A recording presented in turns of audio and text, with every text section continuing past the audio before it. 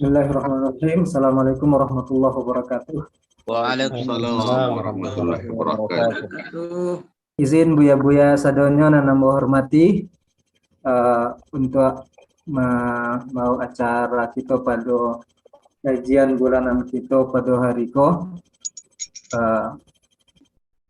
dengan mengucap Bismillahirrahmanirrahim. Mari kita buka acara ko Bahasa dan Indonesia. acara kita pada pagi Ahad tanggal 6 Maret 2022 itu dilancarkan oleh Allah. MC bahasa Indonesia aja, bahasa Indonesia. Karena banyak juga yang ikut di luar orang awam. Oh, siap Bu ya. Ya. Afwan. Mohon maaf. Saya tak bawa suasana tadi. Bismillahirrahmanirrahim. Assalamualaikum warahmatullahi wabarakatuh. Waalaikumsalam warahmatullahi wabarakatuh. Alhamdulillahi rabbil alamin wassalatu wassalamu ala sayyidil mursalin wa ala alihi wa ashabihi wa man tabi'ahu bi ihsanin ila yaumiddin. Asyhadu an la ilaha illallah wa asyhadu anna Muhammadan abduhu wa rasuluh. Allahumma salli wa sallim wa barik ala hadzal nabiyil karim wa ala alihi wa ashabihi ajma'in. Puji syukur kehadirat Allah Subhanahu wa taala, salawat serta salam untuk junjungan kita Nabi besar Muhammad sallallahu alaihi wasallam. Peserta kajian bulanan Daram yang saya hormati, tanpa saya sebutkan satu persatu namanya, dan itu tanpa mengurangi takzim dan hormat saya kepada seluruh buya-buya, angku-angku, datuk-datuk, bendokan duang, saudara-saudara dan saudari-saudari yang ikut dalam kajian bulanan kita pada Ahad 3 Sya'ban 1443 ini. Puji syukur kehadirat Allah Subhanahu wa taala, salawat serta salam untuk junjungan kita Nabi besar Muhammad sallallahu alaihi wasallam. Izinkan saya pada pagi ini untuk menjadi moderator atau host dalam acara kita pagi hari ini. Harapan saya semoga acara kita ini berjalan dengan baik, lancar, dan tentunya bermanfaat bagi kita semua dan berkah diberikan oleh Allah Subhanahu wa taala. Amin. Pada pagi hari ini, pada kajian kita pada tanggal 6 Maret atau 3 Sya'ban 1443 Hijriah ini, hadir dalam majelis kita dua narasumber yang tidak asing lagi bagi kita. Yang pertama, Dr. Haji Fikri Bareno MAG, Wakil Ketua Umum DPP Daram, dan kedua narasumber kita adalah Dr. Insinyur Kahar Mulyani MM, Ketua DPW Daram Jawa Barat. Rangkaian acara kita pada hari ini seperti biasa, pembukaan oleh saya yang sedang berlangsung. Yang kedua, tilawah Al-Quran yang akan disampaikan oleh saudara kita Haji Gifron Sumbara. Kemudian akan kita lanjutkan dengan sambutan dari Ketua Umum Daram. Setelah itu kita masuk kepada pembicaraan dari pemateri 1 dan pemateri 2.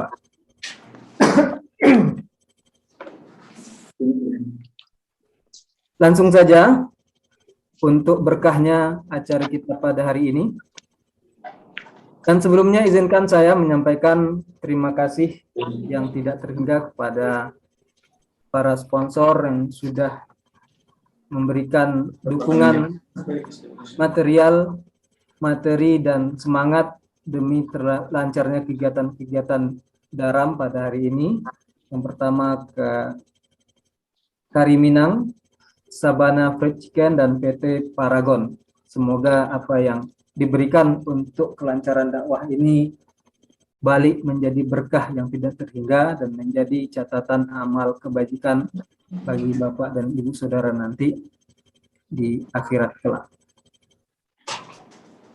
Menginjak acara yang kedua, pembacaan tilawah Al-Quran oleh Ustadz Muhammad Gifron Sumbara. Kepada beliau kita berikan waktu seluas-luasnya. Oleh tafadhal mashkura. Terbelakang.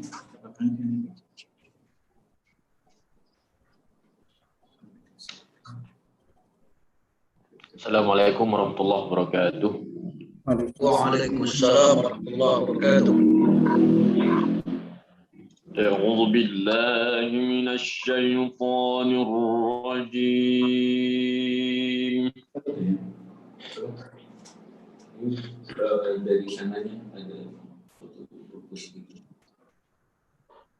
بسم الله الرحمن الرحيم.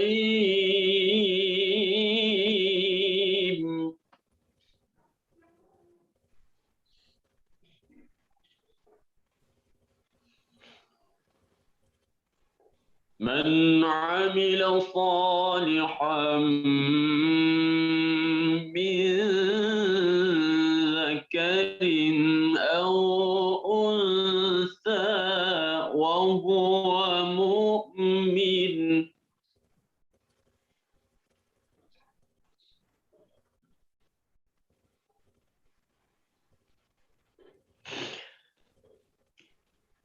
من عمل صالحا من ذكر أو أنثى وهو مؤمن فلنحيينه حياة طيبة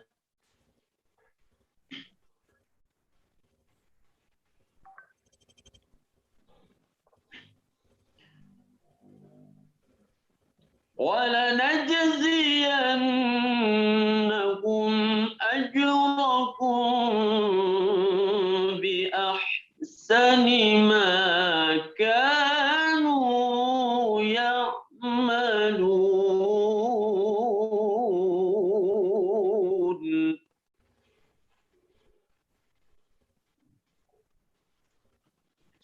بسم الله الرحمن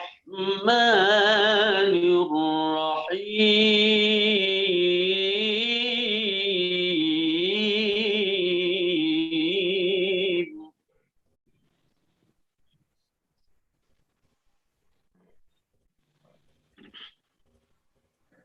وابتغ فيما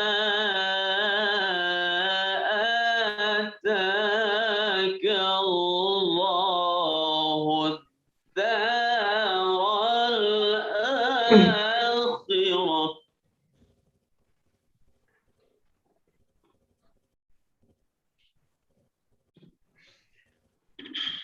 ولا تنس نصيبك من الدنيا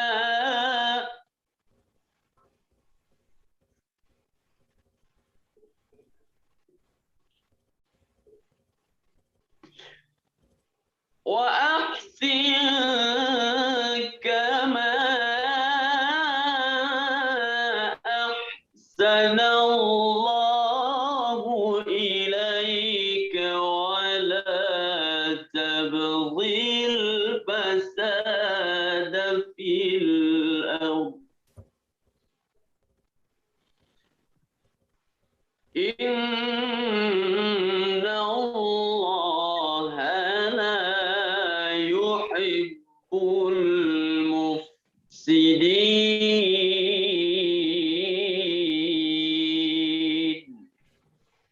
صدق الله العظيم. Assalamualaikum warahmatullahi wabarakatuh. Waalaikumsalam warahmatullahi wabarakatuh. Terima kasih kepada Haji Ilfon Sembara yang telah membacakan ayat-ayat suci Al-Quran di tengah-tengah kita. Man amila salihan min dzakarin aw untha falanuhyiyannahu hayatan thayyibah. Mudah-mudahan duduknya kita di depan laptop kita masing-masing pada hari ini dicatat oleh Allah Subhanahu wa taala sebagai langkah awal, langkah minimal sebagai sarana mencari bekal bagi kita untuk melakukan perintah ayat ini, amila salihan, untuk beramal soleh, dan tentunya amal soleh itu harus didasarkan dengan ilmu. Jazakallahu khairul jaza. Semoga dengan pembacaan ayat-ayat Quran ini acara kita juga diberkahi oleh Allah Subhanahu wa ta'ala. Lanjut ke acara yang kedua, sambutan dari Ketua Umum Dai Rantau Minang kepada yang terhormat Dr. Haji Al-Fahmi Muklis MA, Ketua Umum Daram. Kami persilahkan dengan segala hormat. Silakan Buya. Assalamualaikum warahmatullahi wabarakatuh. Waalaikumsalam warahmatullahi wabarakatuh. Alhamdulillah wassalatu wassalamu ala Rasulillah wa ala alihi wa ashabihi wa mawalah. Asyhadu an la ilaha illallah wahdahu la syarikalah wa asyhadu anna Muhammadan abduhu wa rasuluh. Allahumma salli wa sallim ala Muhammadin wa ala alihi wa ashabihi ajma'in, amma ba'd. Selalu penghormatan tertuju untuk seluruh badan pendiri DPP Daram, badan pengawas, badan pembina, badan penasehat, dan seluruh pengurus DPP Daram yang selalu setia, Pak Sekjen, Pak Danmilus, Waketum, Pak Zainul, dan seluruh pengurus lain, bahkan yang selalu setia, kreatif dalam menggerakkan kajian ini, Departemen Dakwah DPP Daram, Ustadz Asrul Asy'ari beserta tim, ya. Kemudian tentu teristimewa kepada pembicara kita pada kajian hari ini, Buya Dr. Fikri Bareno dengan Buya Dr. Kahar Muzani, yang satu Wakil Ketum Daram yang sangat aktif, yang satu Ketua DPP Jawa Barat Daram yang sangat aktif. Semoga pembicara kita yang dua ini Allah panjangkan umurnya sehingga bermanfaat usia yang panjang itu untuk umat dan untuk perjuangan Islam masa depan. Dan yang saya hormati, yang ikut aktif dalam kajian ini, saya lihat selalu aktif ini, ya, ini Ustadz Zulfaqdi, Ketua DPW Riau, aktif terus, ya, Dr. Masrur Thoyib, ya, kemudian juga tokoh Minang perantauan, Dr. Iramadi Irja, dan banyak yang lain yang nggak mungkin sebut namanya. Seluruhnya saya doakan semoga kita setia berjuang di dalam ini untuk agama Allah, untuk kemaslahatan umat. Umumnya yang hadir di kajian ini, ya, juga ada Sediat Angku Datuk Azmi, Datuk Bagindo, Ketua Umum LAKM, Masya Allah yang terus aktif. Bapak Ibu yang hadir, mudah-mudahan kehadiran kita di kajian ini, walaupun hanya via Zoom, tapi tercatat di mata Allah hadir di majelis ilmu. Yang manfaatnya terangkat derajat kita, terampuni dosa-dosa kita, dan semoga juga tercatat sebagai hamba yang setia dalam agamanya. Amin ya rabbal alamin.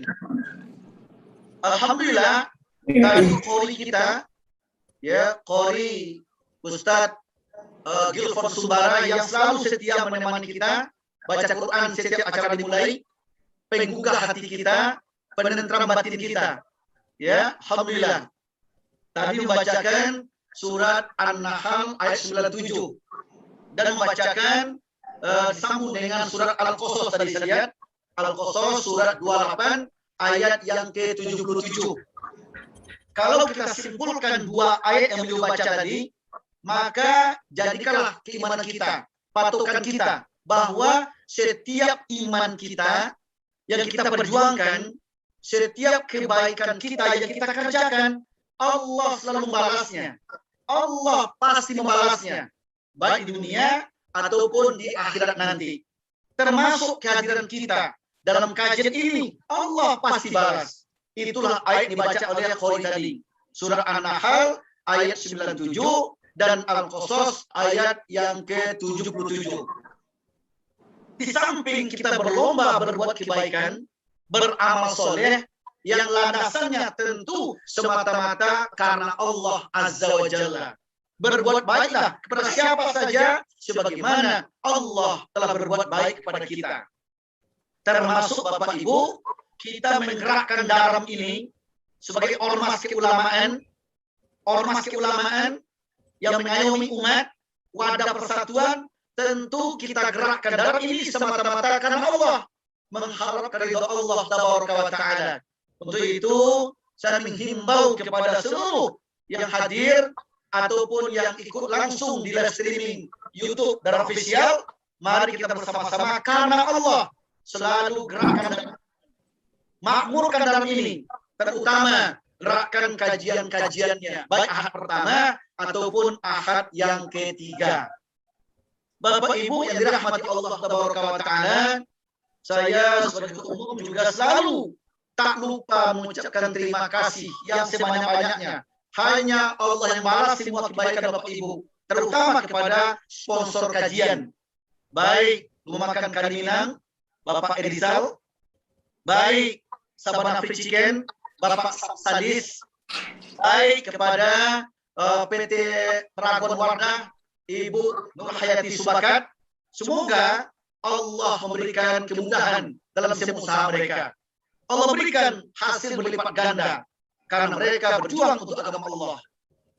Dan juga kepada seluruh pendukung kajian 26 ormas Islam, ormas Minangkabau, ya, yang mendukung kajian Daram ini. Tentu saya menghimbau supaya setiap kajian mari kita syiarkan kajian ini kepada masing-masing anggota kita.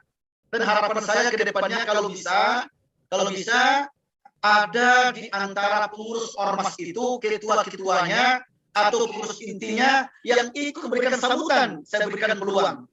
Jadi Bapak Ibu yang menjabat sebagai pengurus inti dari ormas-ormas pendukung tadi, 26 ormas pendukung, kita kasih nanti waktu ke depannya. Silakan, tentu dengan cara WA kami, hubungi kami, nanti kasih waktu sedikit untuk memberikan sambutan, memberikan semacam nasihat-nasihat atau saran-saran di awal kajian. Silakan nanti hubungi kami kasih waktu ke depannya.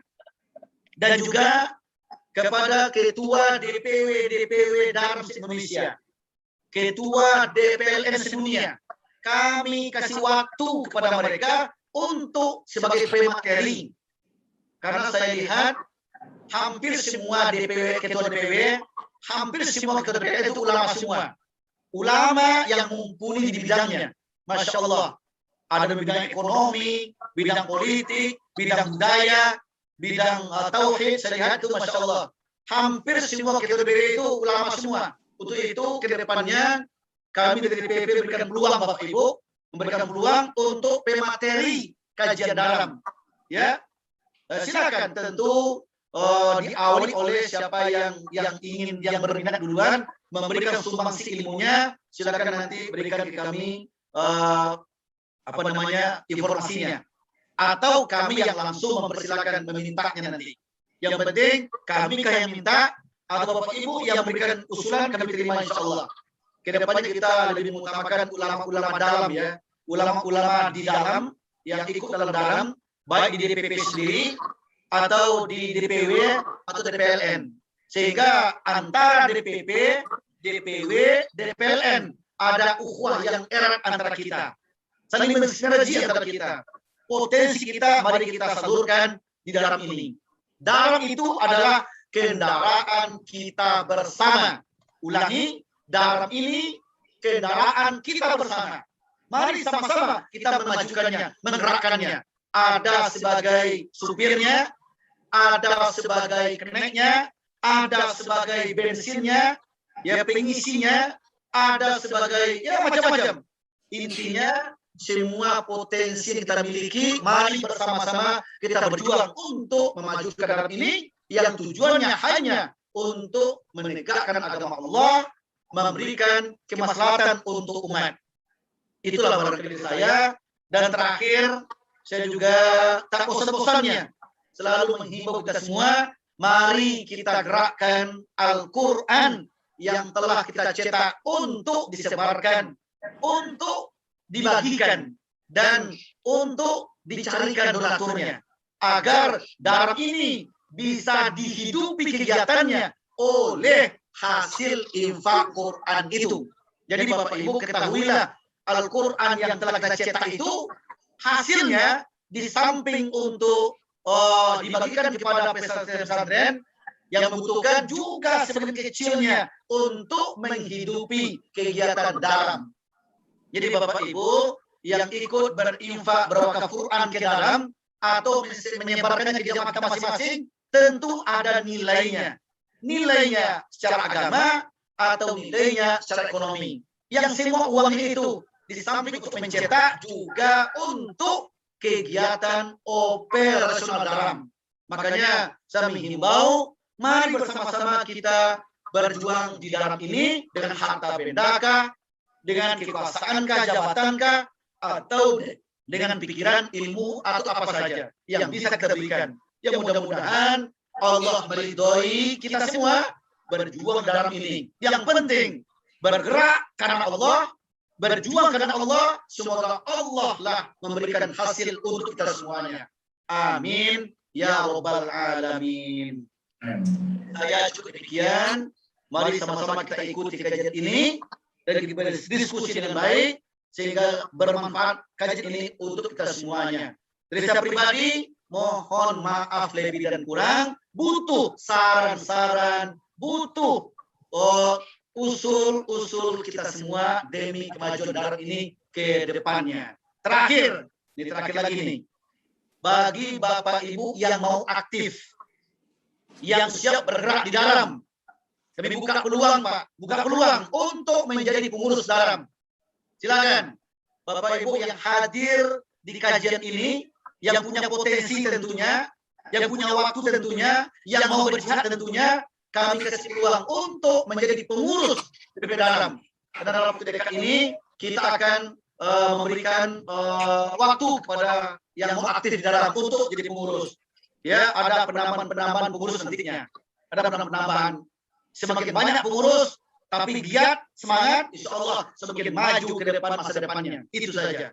Dari saya cukup demikian. Assalamualaikum warahmatullahi wabarakatuh.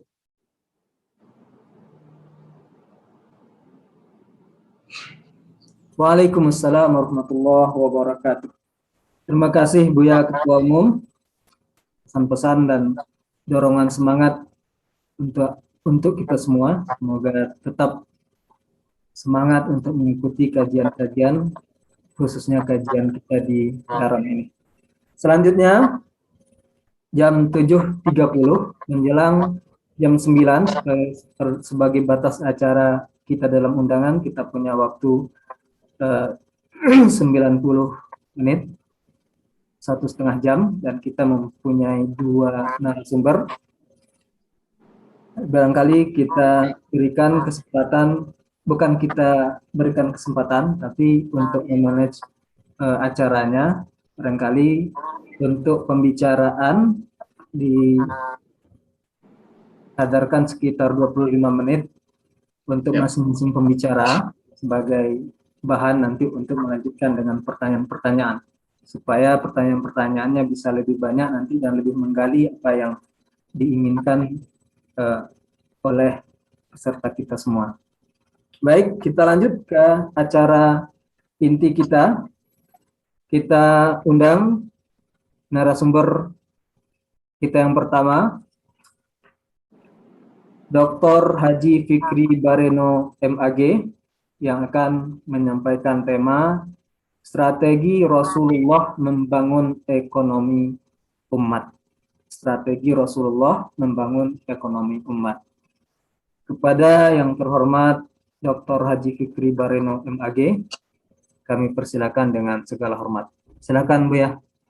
Ya, terima kasih. Assalamualaikum warahmatullahi wabarakatuh. Waalaikumsalam warahmatullahi wabarakatuh. Alhamdulillah alladzi khalaqal mauta wal hayata liyabluwakum ayyukum ahsanu amala wa huwal azizul ghafur. Asyhadu an la ilaha illallah wahdahu la syarika lah wa asyhadu anna Muhammadan abduhu wa rasuluh. Allahumma salli wa sallim ala Muhammadin wa ala alihi wa sahbihi ajma'in. Amma ba'd. Yang sama-sama kita hormati, yang hadir pada pengajian Dai Rantau Minang pada pagi hari ini adalah badan pendiri, badan pembina, badan penasehat, badan pengurus daripada Dai Rantau Minang, Ketua Umum kita Buya Dr. Haji Alfa Henry Mukhlis dan Buya Dalmilus. Selanjutnya ucapan kita kepada Departemen Dakwah yang senantiasa istiqamah dalam melaksanakan pengajian-pengajian dari Departemen Dakwah ini, yaitu Buya Asrul As'ari. Begitu pula kepada para pengurus daripada Dewan Pimpinan Wilayah daripada Daerah Rantau Minang, terutama sekali pada kesempatan yang baik ini ada Buya Kahar, sekaligus dia sebagai Ketua DPW Jawa Barat dan juga pemateri menyampaikan narasumber pada pengajian kita pada pagi hari ini.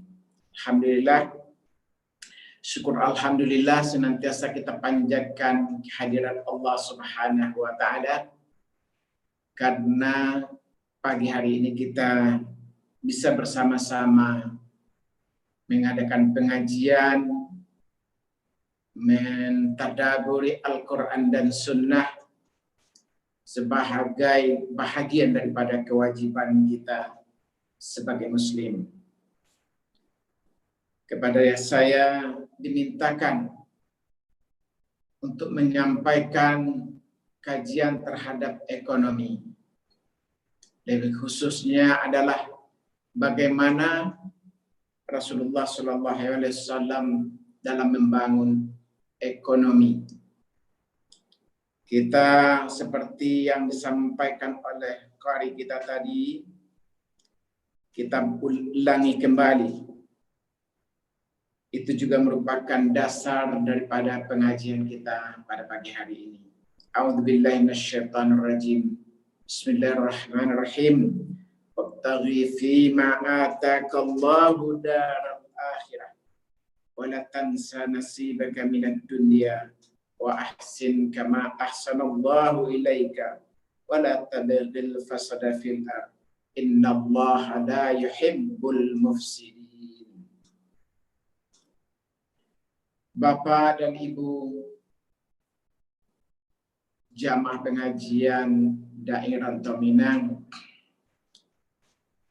ketika kita berbicara tentang bagaimana Rasulullah membangun ekonomi negara Madinah, kita mengetahui ketika Rasulullah diperintahkan Allah hijrah setelah 13 tahun berdakwah di Mekah dengan penuh pahit getirnya, dengan berdarah-darah, dengan diboikot, dengan penderitaan yang luar biasa.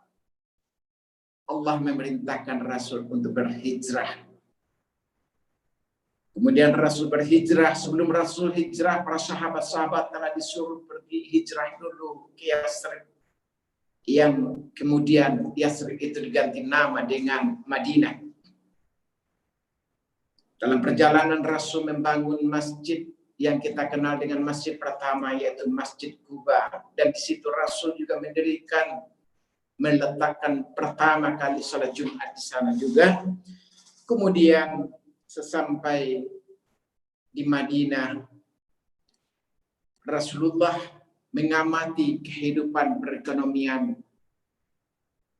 Ada muhajirin, ada ansar, ada orang-orang di luar Islam yang ada di sana. Jadi penduduk Madinah itu adalah yang aslinya adalah dari Ansar itu adalah Aus dan Khadraj. Tetapi di luar daripada Muhajirin dan Ansar ada orang-orang Yahudi di sana. Orang-orang Yahudi itu mereka dari Bani Kainuka, Bani Nadir, Bani Quraizah. Dan orang-orang Yahudi ini diamati Rasul, dia menguasai ekonomi dari hulu sampai ke hilir. Kemudian Rasul mengamati pasar-pasar terbesar dan pasar-pasar kecil. Semuanya itu adalah hampir semua menjadi milik pasar-pasar orang Yahudi. Rasul melihat ternyata ada hal yang sangat penting dalam membangun sebuah bangsa itu. Karena perekonomian itu dikuasai oleh orang lain. Makanya yang utama dan yang sangat penting sekali dalam mendirikan negara Madinah itu, maka Rasul membangun ekonomi. Karena kita ketahui bahwa tidak mungkin sebuah bangsa itu berdiri dengan kokoh kalau ekonominya ketergantungan kepada orang lain, kepada negara lain, kepada bangsa lain, kepada kabilah-kabilah lain, kepada penguasa-penguasa yang di luar daripada Islam. Makanya Rasul mempunyai catatan sendiri dan dia sudah pasti akan di awal-awal dan sampai 10 tahun di Madinah itu membangun ekonomi iman ini adalah bahagian daripada agenda yang sangat penting Rasulullah lakukan. Meskipun kita di dalam buku-buku memang secara khusus kita sangat susah menemukannya, tetapi ketika kita kaji dari ayat-ayat Al-Quran, dari sunnah Rasul itu, sungguh kita bisa menemukannya. Bapak dan Ibu yang saya hormati, kita mengetahui bahwa untuk membangun ekonomi itu sudah dipastikan tidak bisa hanya berdiri sendiri, langsung fokus kepada persoalan-persoalan ekonomi itu. Karena kita tahu sebuah ekonomi, sebuah bangsa negara itu tidak akan bisa establish, tidak akan bisa maju, tidak akan bisa jalan ketika misalkan politiknya, sosial budayanya, keamanannya tidak kondusif. Jadi ada yang bersifat secara ekonomi, secara langsung harus dibenahi sama Rasulullah, dan ada faktor-faktor yang pendukung, tetapi dia mempunyai peranan yang sangat penting. Dan kita dalam kajian ini kita kasih nama kebijakan ekonomi yang tidak langsung yang Rasul lakukan, tetapi dalam perjalanan negara Madinah kita melihat bahwa itu justru sangat memberikan dukungan keberhasilan Rasulullah membangun ekonomi itu. Bapak dan Ibu yang dimuliakan oleh Allah, apa saja dari kajian kita kebijakan ekonomi tidak langsung itu? Jadi ada kebijakan tidak langsung dan ada kebijakan ekonomi secara langsung. Bagian pertama kita akan kaji dulu. Kebijakan ekonomi tidak langsung yang pertama Rasul lakukan adalah setelah sampai di Madinah itu. Rasul membangun masjid. Apa tujuannya masjid ini? Seperti di Mekah, Rasul telah menjadikan rumah sahabat Arkam untuk menjadikan semacam lembaga pendidikan untuk para sahabat-sahabat di Mekah itu. Disitulah Rasul menempanya, akidahnya, ilmunya, sosial budayanya, ekonominya, Sehingga sahabat itu betul-betul komit untuk berjuang untuk kemajuan Islam dan kejayaan Islam. Nah, ini kita perlu menjadi catatan kepada kita ketika kita membangun umat, membangun bangsa, membangun apapun, maka masjid harus menjadi perhatian penting. Karena di situ Rasulullah menjadikan masjid sebagai universitas, sebagai lembaga pendidikan kepada umat, baik muhajirin maupun ansar. Gitu. Dijadikan masjid itu sebagai lembaga pendidikan. Kemudian masjid Rasul menjadikan sebagai tempat pertemuan. Kemudian masjid Rasul juga menjadikan tempat pengelolaan negara, menjadikan istananya, menjadikan parlemen tempat bermusyawarah, menjadikan tempat tinggal muhajirin yang miskin. Karena di belakang masjid itu ada namanya as-suffah. Di sana itu orang-orang yang berhijrah bersama Rasul, yang kondisi ekonominya tidak baik, maka Rasul memberi atap di sana, dan di sanalah dia tinggal. Kemudian Rasul menjadikan masjid itu adalah sebagai pengadilan. Jadi seluruh persoalan-persoalan umat diadili juga melalui masjid itu. Dan terakhir, tidak kalah penting, masjid Rasul juga menjadikan tempat bagaimana penyusunan strategi, baik strategi pembangun ekonomi, pembangunan perang. Ketika Rasul mau perang dan lain-lainnya, maka dari masjid itulah semua strategi diatur. Dan dari masjid itulah akidah umat itu dimantapkan, sehingga membangun masyarakatnya itu berbeda dengan kita hari ini. Ketika Rasul memerintahkan, apapun diperintahkan Rasul sesuai dengan Al-Quran dan Sunnah, sesuai wahyu daripada Allah, maka sahabat langsung mentaatinya. Karena para sahabat, baik muhajirin dan ansar, kaum muslimin ketika itu betul-betul dibina akidah, dibina seluruh totalitas Al-Quran itu di dalam jiwa kaum muslimin itu.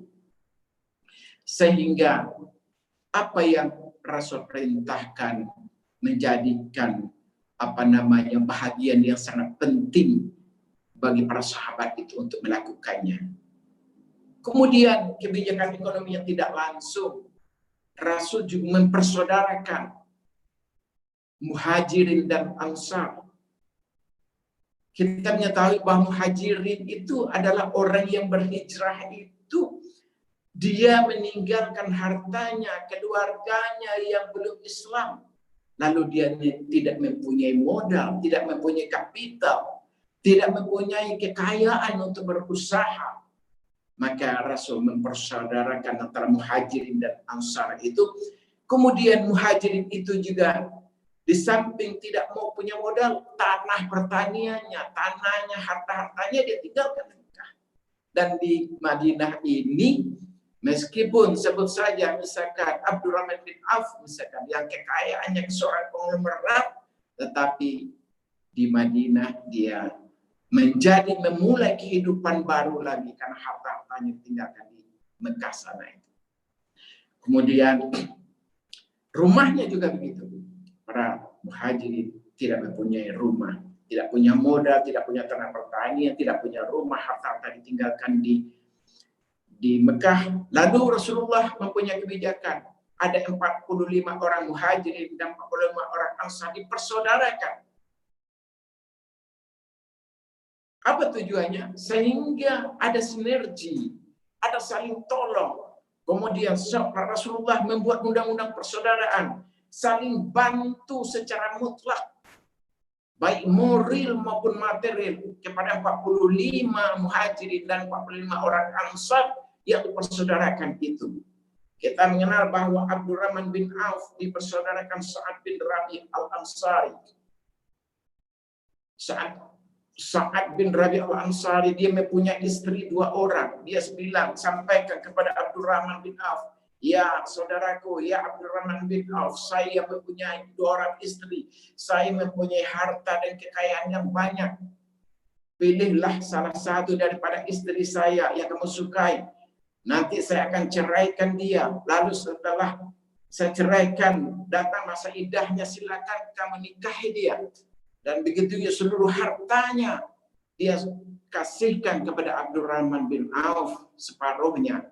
Apa jawab daripada Abdurrahman bin Auf? Ya saudaraku, terima kasih apa yang ditawarkan, kebaikan-kebaikan yang luar biasa itu. Tetapi cukup bagi saya tunjukkan jalan ke pasar. Nah, ini luar biasanya. Ketika ada penawaran yang luar biasa dari saudaranya, justru dia tidak mengambil semuanya. Tetapi itu adalah contoh bagi kita. Tentu akan berbeda ketika orang-orang yang keimanannya tidak semantap para sahabat itu. Nah, terjadilah ada 45 muhajirin dan ansar saling sinergi. Ya, dan ini akan menghasilkan dampak ekonomi yang sangat luar biasa. Kemudian begitu pula kebersamaan, kekeluargaan, persatuan akan mendongkrak pertumbuhan ekonomi itu nantinya. Dan Rasul sangat mengutamakan bagaimana kemakmuran daripada rakyat itu, daripada muhajirin dan ansar itu, daripada penduduk Madinah itu menjadi keutamaan bagi Rasulullah. Kemudian Rasul, kebijakan yang ketiga adalah Rasul juga melobi para tokoh-tokoh yang berpengaruh di Madinah itu. Salah satunya misalkan Rasul juga melobi pendeta yang sangat berpengaruh orang Yahudi, yaitu Husain bin Salam. Kemudian Rasul berhasil mendakwahi tokoh ini. Kemudian dia berganti nama dengan Abdullah bin Salam. Dan ini akan memberikan dampak ketika umat membangun sebuah daulah, sebuah negara itu, karena penduduk tokoh-tokohnya telah memberikan dukungan, maka kemajuannya itu insya Allah akan mudah dilaksanakan. Dan yang keempat, Rasulullah membangun perjanjian damai, harmonisasi antara penduduk-penduduk Madinah itu. Karena Madinah itu ada muhajirin, ada ansar, ada orang-orang Yahudi, ada orang-orang di luar Islam. Kalau misalkan hanya orang Islam saja dipersaudarakan, dipersatukan, lalu orang-orang yang di luar Islam tentu akan menjadi ancaman. Ada orang munafik juga yang dimotori oleh Abdullah bin Ubay. Seluruh kelompok ini Rasulullah mempersatukannya, mempersaudarakannya dengan sebuah undang-undang, dengan sebuah piagam Madinah. Dan bahkan ini tercatat dalam perkembangan bangsa-bangsa di dunia, bahwa piagam Madinah ini adalah piagam negara yang pertama dibangun oleh umat manusia.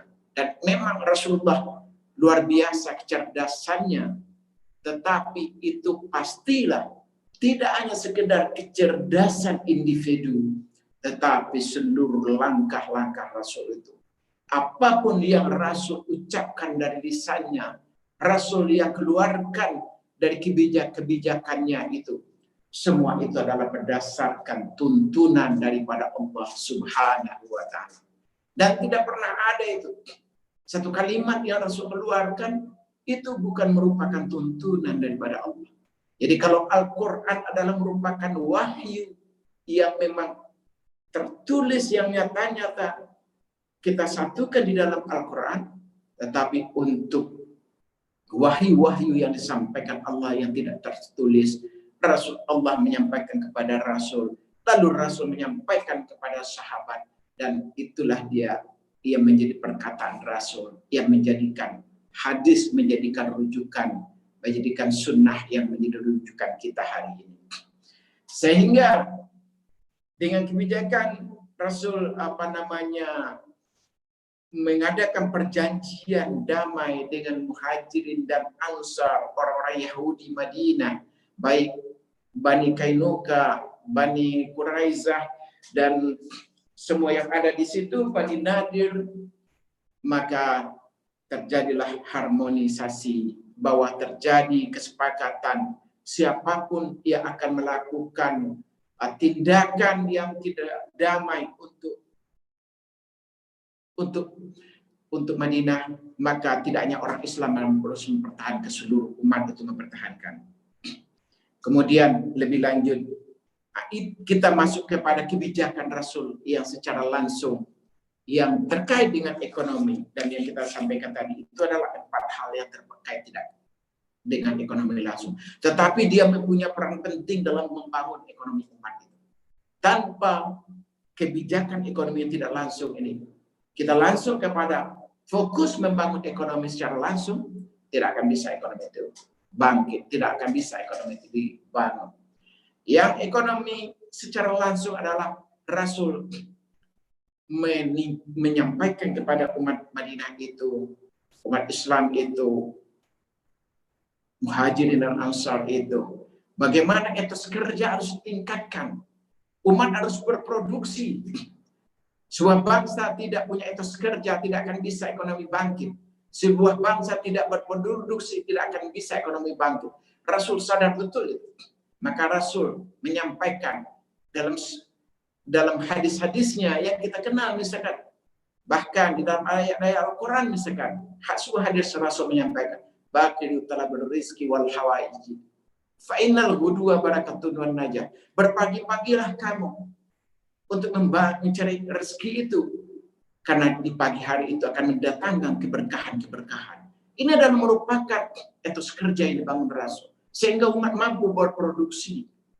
Kemudian kita mengenal juga ikmalu di dunia karena ta'isu abawa malu di akhiratika karena tamutu kan. Ini adalah merupakan melahirkan semangat untuk mengejar akhirat, seolah-olah kita akan mati besok. Tetapi mengejar kehidupan dunia seakan-akan akan hidup selama-lamanya. Jadi sahabat itu begitu dimotivasi dengan etos kerja, dengan membangun karakter yang kerja luar biasa. Maka sahabat itu yang tadinya produktivitas rendah, kita mengenal Madinah, banyak lahan-lahannya yang lahannya subur tapi tidak digarap, dibengkalaikan. Begitu Rasul hadir, maka Rasul juga menyampaikan sebuah hadis yang kita kenal. Siapa yang menghidupkan tanah yang mati, maka tanah itu akan menjadi miliknya. Begitu Rasul menyampaikan ini, maka sahabat langsung menggarap lahan-lahan itu. Ali bin Abi Thalib menggarap sebidang tanah di dekat mata air Yanbu. Begitu Zubair bin Awam menggarap lagi di lahan-lahan yang sekitarnya. Dan juga sahabat-sahabat lain, dan juga kabilah-kabilah yang lain mengikutinya. Nah, kemudian kita juga bisa melihat betapa ayat-ayat Al-Quran yang diturunkan oleh Allah dan Rasulnya yang memberikan semangat yang luar biasa. Silakan nanti Bapak dan Ibu dibuka nanti surat Al-Qasas 77. Surat ini diturunkan Allah di surat Makkiyah, turun di Mekah. Jadi ini sudah menjadi roh kaum muslimin. Begitu pula surat An-Nahl ayat 97 tadi. Kemudian surat Al-Jumu'ah ayat 10. Ini adalah kemudian surat An-Nisa ayat 29. Meskipun surat Madaniyah, boleh jadi ketika ayat ini datang, proses pembangunan itu sedang berlangsung. Begitu juga An-Nisa ayat 29. Surat As-Saff ayat 10, ayat 13, At-Taubah ayat 105. Ini adalah di antara ayat-ayat yang memberikan dukungan, motivasi, membangun karakter, bekerja keras, sehingga umat harus berproduksi. Produksi harus dikuasai. Terutama adalah produksi kebutuhan harian, kebutuhan barang pokok. Kebutuhan yang terbesar digunakan oleh masyarakat Madinah itu, rakyat Madinah itu. Rasul sadar betul itu. Maka para sahabat menggarap lahan-lahan di Madinah yang boleh jadi lahan-lahan itu subur, lalu dia tidak digarap.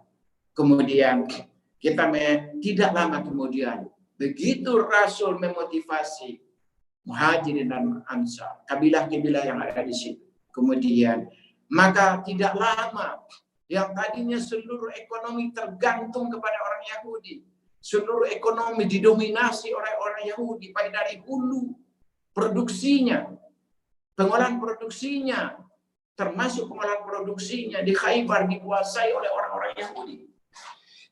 Lalu Rasulullah Di pasarnya juga dikuasai oleh orang-orang Yahudi. Pasar Bani Kainuka yang terbesar, pasar-pasar yang lainnya di Madinah itu dikuasai orang-orang Yahudi.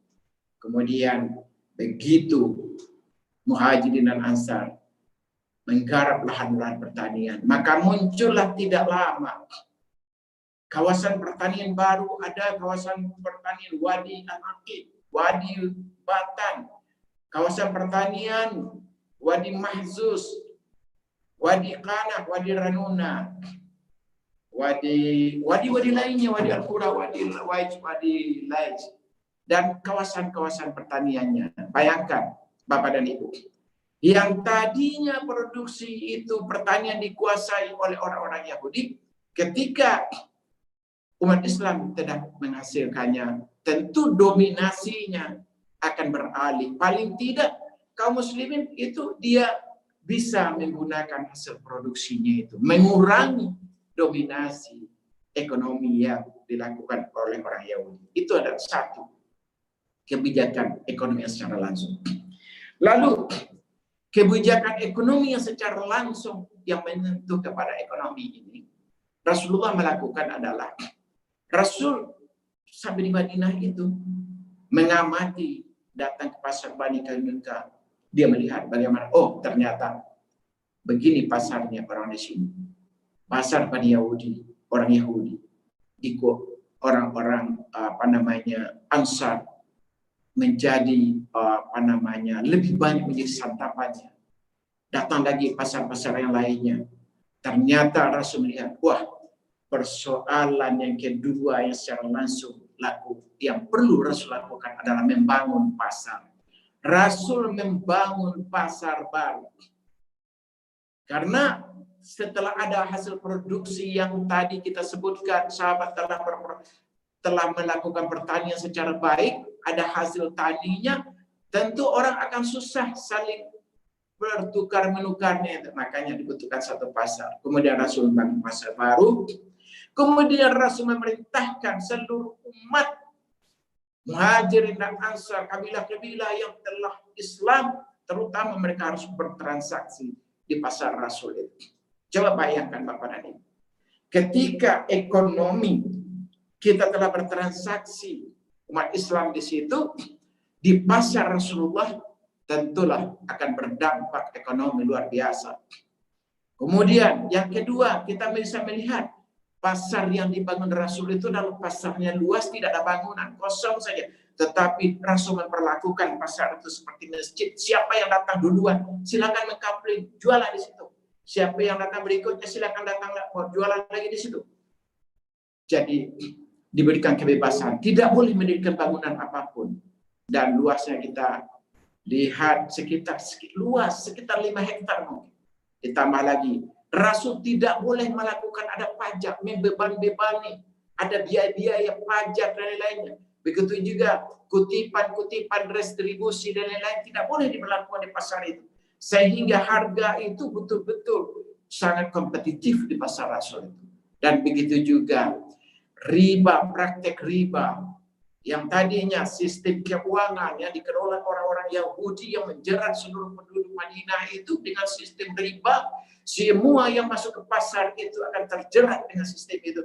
Tetapi Rasul memangkasnya di pasar Rasul. Rasul membangun tanpa riba dengan praktek melakukan muamalah secara Islami dan tidak ada diberlakukan gharar, perjudian dan lain-lainnya. Dan di samping itu untuk agar pasar itu berjalan secara baik, Rasul menetapkan pengawas pasar itu sehingga syariat Islam bisa dilaksanakan di situ. Pasar yang tidak melakukan penindasan, maka di situ Rasul menetapkan Umar bin Khattab sebagai pengawas pasar. Maka begitu umat Islam bertransaksi di pasar Rasul, pasar-pasar Yahudi ditinggalkan sama orang Muhajirin dan Ansar. Dan bahkan orang-orang di luar Islam, orang-orang yang di luar Islam di Madinah itu pun dia jadi tertarik mau masuk ke pasar Islam ini, kepada pasar Rasul ini. Karena di sini harganya sangat murah, timbangannya benar. Sementara orang-orang yang belanja di pasar Bani Kainuka, pasar-pasar orang Yahudi lainnya itu, mereka diperlakukan tidak islami, ada praktek ribanya, kemudian timbangannya tidak benar. Ketika dia membeli, timbangannya digunakan timbangannya yang benar. Ketika dia menjual, timbangannya dia pakai timbangannya yang mungkin hanya isinya 8 on, 7 on dalam sekilo, sehingga dia menguntungkan secara pribadi tetapi merugikan daripada konsumen.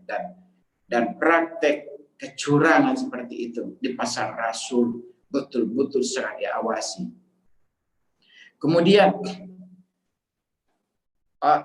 kita melihat bahwa setelah pasar ini beroperasi, maka secara total tidak lama kemudian memang pasar Bani Kainuka, pasar orang Yahudi lainnya itu mulai sepi dan akhirnya bangkrut. Karena kita tahu bagaimana, karena ekonomi itu, jantung ekonomi itu adalah produksi. Bagaimana produksi yang telah dilakukan akan efisiensi, akan inovasi, produksi yang kompetitif daripada kualitas dari lainnya. Sehingga kalau dalam marketing kita mengenal misalkan marketing mix, produk, harga, distribusi, promosinya bagaimana sehingga barang kaum muslimin bisa unggul di pasaran. Ternyata Rasul sudah sangat jauh sebelum Philip Kotler mencanangkan dalam buku-bukunya tentang strategi marketingnya, maka Rasulullah sudah sangat jauh lebih maju. Begitu pula di samping produknya itu yang dipentingkan adalah bagaimana sistem keuangannya antara pasar dengan produksi itu, maka di sana adalah sistem keuangannya ada. Maka di sana ketika riba tidak diberlakukan, tentulah cost-nya akan menjadi rendah dan terjadi persaingan yang memenangkan persaingan, dan kemudian dan yang terakhir adalah karakter yang telah dibangun oleh Rasul melalui masjid tadi itu dengan al-wala wal bara. Bagaimana akidah muslim itu sehingga ada keberpihakan. Kalau kita belanja ya kemana? Sama muslim. Orang lain belanja kepada kita ya boleh, tapi selama muslim ada, kita diperintahkan untuk belanja sesama muslim. Sehingga ekonomi umat itu bangkit. Ekonomi Madinah itu tidak lama Rasul membangunnya. Rakyat Madinah itu sejahtera. Justru orang-orang Yahudi yang tadinya menguasai dari hulu ke hilir, sistem keuangan jadi kuasai Yahudi, semuanya rontok dengan sistem yang Rasulullah ajarkan, yang Rasulullah praktekkan. Sahabat-sahabat itu melakukan semuanya. Ekonomi Madinah dengan mudah mematahkan dominasi ekonomi yang dilakukan oleh orang-orang Yahudi. Inilah mungkin pelajaran untuk bangsa kita hari ini. Maka kebutuhan pokok itu harus dikuasai, harus produksi daripada bangsa itu. Begitu juga sistem keuangannya. Bagaimana praktik ribanya itu memang harus dijauhi. Kalau tidak, ilmunya tidak berkah, ekonomi tidak akan berkah. Maka akan menemukan kehancuran-kehancuran. Begitu juga sistem keuangannya itu, sehingga harga-harga kita itu memang bisa bersaing, unggul dalam persaingannya. Kemudian kebutuhan daerah yang terbesar itu harus negara yang membangun, negara yang membuat. Tidak ada yang susah sebetulnya. Kalau bangsa lain bisa, kenapa bangsa kita tidak? Begitulah Rasul mengajarkan kepada para sahabat. Kalau orang-orang lain bisa berproduksi baik, orang Madinah akan pasti bisa mampu melakukannya lebih baik. Karena Rasulullah adalah di bawah bimbingan Allah dan Rasulnya. Maka sudah pasti Allah akan membimbing Rasulullah itu dengan hal-hal yang sudah pasti akan membangun ekonomi yang penuh kesejahteraan. Nah, itu mungkin Bapak dan Ibu yang menjadi kajian kita hari ini. Saya lihat di jam saya sudah 35 menit ya. Tidak disangka-sangka saya baru bicara baru sangat sedikit, perasaan sudah 35 menit.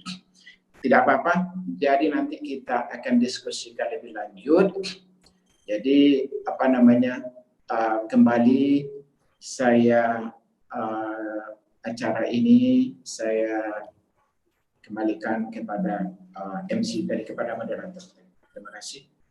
Billahi taufiq wal hidayah. Assalamualaikum warahmatullahi wabarakatuh. Waalaikumsalam warahmatullahi wabarakatuh.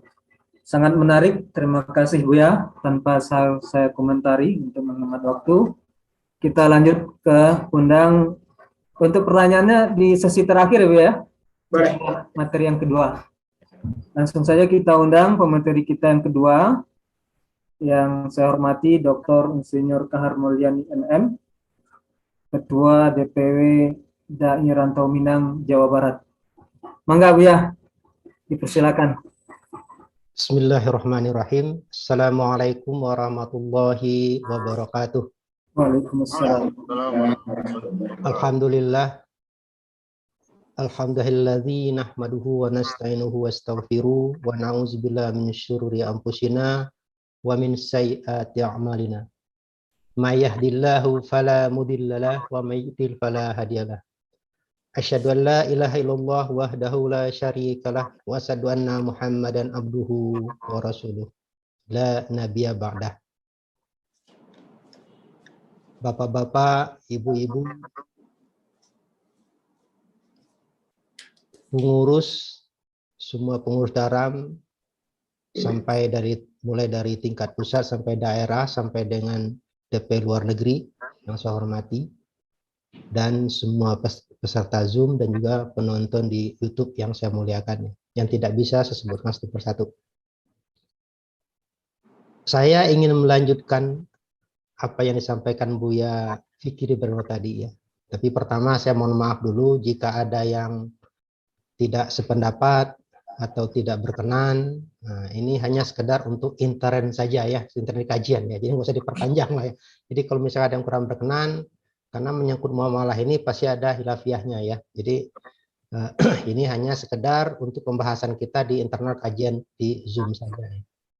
Melanjutkan, kalau tadi Buya Fikri Bareno sudah mengatakan bagaimana strategi Rasul mengembangkan ekonomi umat di zaman Rasul. Nah sekarang kita lihat bagaimana seharusnya strategi itu di zaman now. Nah, tinggal disambungkan gitu kan. Makanya saya diminta oleh Buya Elva untuk memberikan materi hidup bersyariah di zaman now. Sebenarnya sambungan dari materinya Buya Fikri Bareno ya. Buya Fikri mengatakan bagaimana strategi Rasul tadi, bagaimana Rasul ngebangun pasar dan segala macam, bagaimana kisah pasar Yahudi dan segala macam kan. Nah itu menjadi contoh bagi kita kan. Nah zaman now gimana caranya gitu kan. Siapa yang berperan? Ulama, dai. Nah di mana orang? Ya di sini orang dari Rantau Minang kan. Ini berperan. Ini kan semuanya kan. Ini baik dai yang di Sumatera Barat, di luar Sumatera Barat dan di luar negeri yang bergabung di sini. Nah peran dai ini yang harus kita maksimalkan gitu ya. Jadi sesambungkan antara materi dari Ustadz Buya Fikri Bareno dengan di zaman now. Tapi saya mohon izin dulu jika ada yang kurang sependapat ya. Yang namanya muamalah pasti juga kita tidak 100% sama pendapatnya. Untuk itu saya mohon izin screen-nya apa? Share screen-nya ya.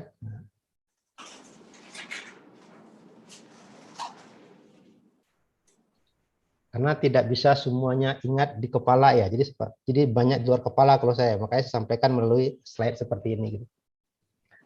Baik Bapak Ibu sekalian, nah tadi juga disampaikan oleh Buya Fikri Bareno, hidup bersyariah. Nah, kadang-kadang orang tuh apa perlu nggak sih kita hidup bersyariah? Nah, satu hal yang penting kita ingat adalah hidup bersyariah itu merupakan sebuah kewajiban, bukan pilihan ya. Memeluk Islam mungkin pilihan, tapi setelah kita masuk ke dalam Islam, hidup bersyariah itu bukan lagi pilihan, tapi merupakan sebuah kewajiban. Nggak ada pilihan lagi di sana. Kecuali kalau seandainya kita memilih antara surga dengan neraka, beda lagi ya. Tapi begitu kita terikat dengan Islam, kita terikat dengan hidup bersyariah. Kita paham bahwa Islam itu dibangun dengan 3 pilar ya. Ada akidah, ketauhidan, ada syariah, aturan-aturan yang kita penuhi, dan ada akhlak, dimensi moral di situ kan. Terhadap diri kita sendiri. Jadi hidup bersyariah itu merupakan sebuah kewajiban, bukan sebuah pilihan. Seperti kata Allah dalam surah Az-Zariyat, ayat yang sangat populer bahwa diterjemahkan bahwa hidup itu hanya buat ibadah dengan bahasa lengkapnya, dan aku tidak menciptakan jin dan manusia melainkan supaya mereka mengabdi kepadaku. Jadi hidup itu cuma beribadah sebenarnya kan. Kita kerja beribadah gitu kan. Kita juga mandi beribadah, semua ibadah kan. Karena hidup itu hanya buat beribadah. Kalau kita sadar itu, aturan semuanya ada. Makanya Islam yang mengatur semua kan. Mulai kita masuk kamar mandi aja ada aturannya. Mulai kita bangun tidur sampai tidur lagi ada aturan dalam Islam. Karena memang hidup kita tuh hanya untuk beribadah kepada Allah. Nah, pertanyaannya adalah, bisa nggak kita hidup bersih di zaman sekarang itu, bisa nggak? Nah, ini sering pertanyaan yang muncul. Gitu. Nanti kita jawab ke depannya. Tadi juga sebagian sudah disampaikan oleh Buya Firki Bareno, bagaimana hidup bersyariah, bagaimana di pasar di zaman Rasul. Kan? Bahkan sahabat pernah mengatakan, Umar bin Khattab, istilah yang paling populernya apa? Jangan masuki pasarku bagi orang yang tidak mengerti fikih muamalah. Kalau seandainya itu kita terapkan sekarang, berapa orang kira-kira yang boleh masuk pasar? Gitu kan? Karena memang betul. Kata Ali juga sama seperti itu kan. Barang siapa yang memasuki pasar dan tidak mengerti ilmunya, makanya dia akan terjebak dengan haram, haram, haram, dan haram lagi. Baik dia tahu maupun dia tidak tahu. Gitu kan. Nah, jadi makanya pentingnya muamalah itu di situ. Gitu. Nah, ini boleh nggak atau bisa nggak kita hidup bersyariah di zaman sekarang? Ini sering pertanyaannya. Kadang suka menjadi alasan zaman itu dijadikan, apakah mungkin kita sekarang hidup seperti itu? Nah, kalau kita berpegang kepada Al-Quran, harusnya tidak lari. Allah mengatakan, hai orang-orang yang beriman, masuklah ke dalam Islam secara kafah menyeluruh. Kan? Jadi tidak hanya kita patuh terhadap ibadahnya saja atau ketahui tidak saja, tapi syariah kita hilangkan atau kita hindari. Kita rajin ke masjid, kita rajin puasa, kita rajin zakat, kita rajin sedekah misalkan. Tapi masalah muamalah kita lupakan. Berdagang tidak mengikuti aturannya misalkan. Akibatnya gimana? Kita terjebak ke dalam hal-hal yang haram. Hal-hal yang haram dimakan, daging juga menjadi santapan api neraka. Sedekahkan tidak diterima. Diibadahkan nggak diterima. Dibawa haji nggak diterima. Dibawa umroh nggak diterima. Kan itu. Karena apa? Kita sudah termakan barang haram. Karena kita tidak memperhatikan syariah. Urusan berdagang.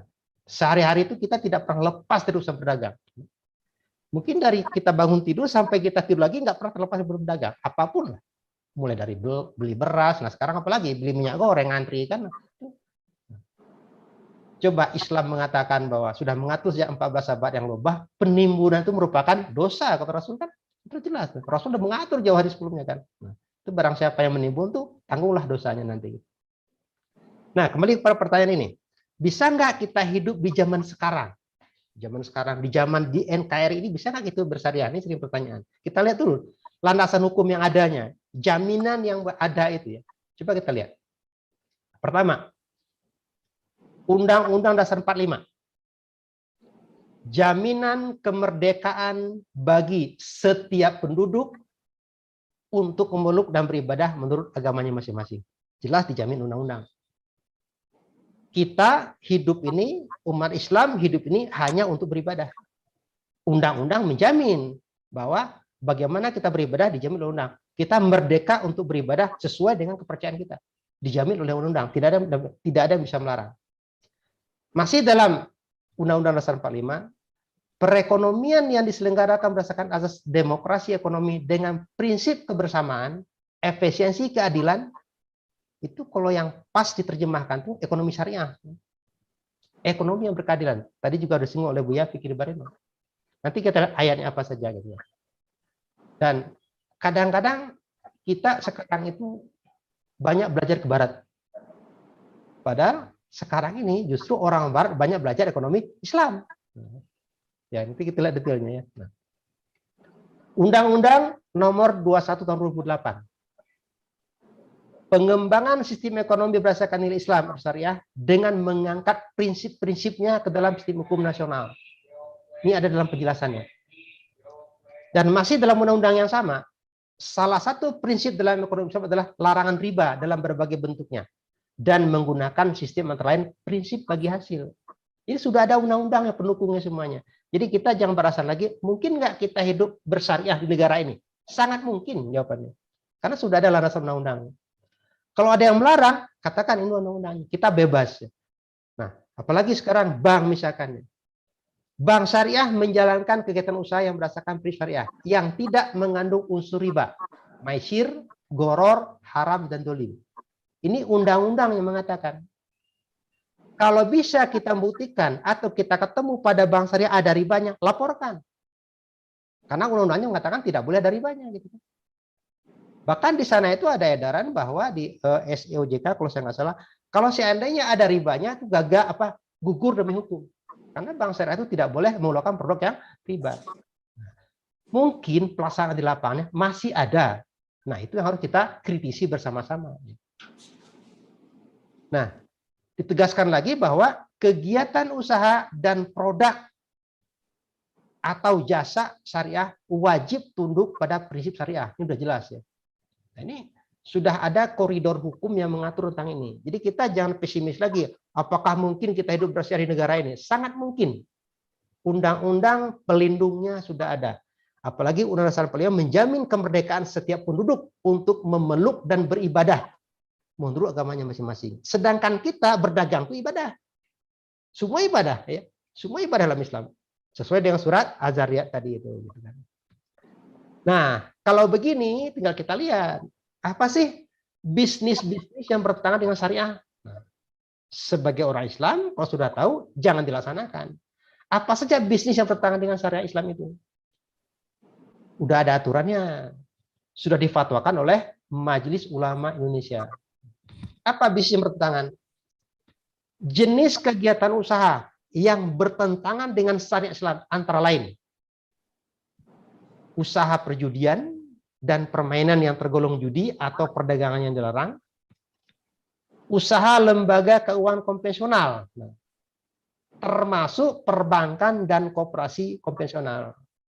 Jadi bank konvensional itu semuanya bertentangan dengan syariat Islam. Jangan diikuti, jangan diambil, jangan jadi nasabah, itu jelas itu kan. Jangan, karena bertentangan dengan prinsip Islam. Nah, usaha yang memproduksi, mendistribusi serta memperdagangkan makanan dan minuman yang haram. Ya. Ini kata siapa? Kata fatwa ulama. Gitu. Fatwa DSN MUI tahun 2001, jelas, clear ini. Ya. Jadi nggak ada tedeng-tedeng aling lagi. Ya. Jelas mengatakan bahwa kita jangan ragu mengatakan bahwa bank konvensional itu adalah haram. Jangan ragu mengatakan itu. Ya, ada alasan hukumnya. Kita nggak akan dibilang radikal kalau ngomong orang enggak, karena dasar hukumnya ini gitu loh. Fatwa MUI itu dasar hukumnya. Apalagi selain itu, nah ini khusus masalah lembaga keuangan konvensional itu diatur lagi oleh fatwa nomor 1 tahun 2004. Tadi fatwa nomor 20 tahun 2001. DSN MUI itu berbeda. DSN itu adalah Dewan Syariah Nasional, lembaga yang mengatur masalah bisnis dan ekonomi di Indonesia di bawah MUI. Sedangkan ini adalah fatwa yang dilakukan oleh Komisi Fatwa MUI, langsung oleh MUI-nya gitu. Jadi dua hal yang berbeda. DSN itu di bawah MUI juga sama, tapi kalau ini adalah MUI oleh Komisi Fatwa. Fatwa nomor 1 tahun 2004.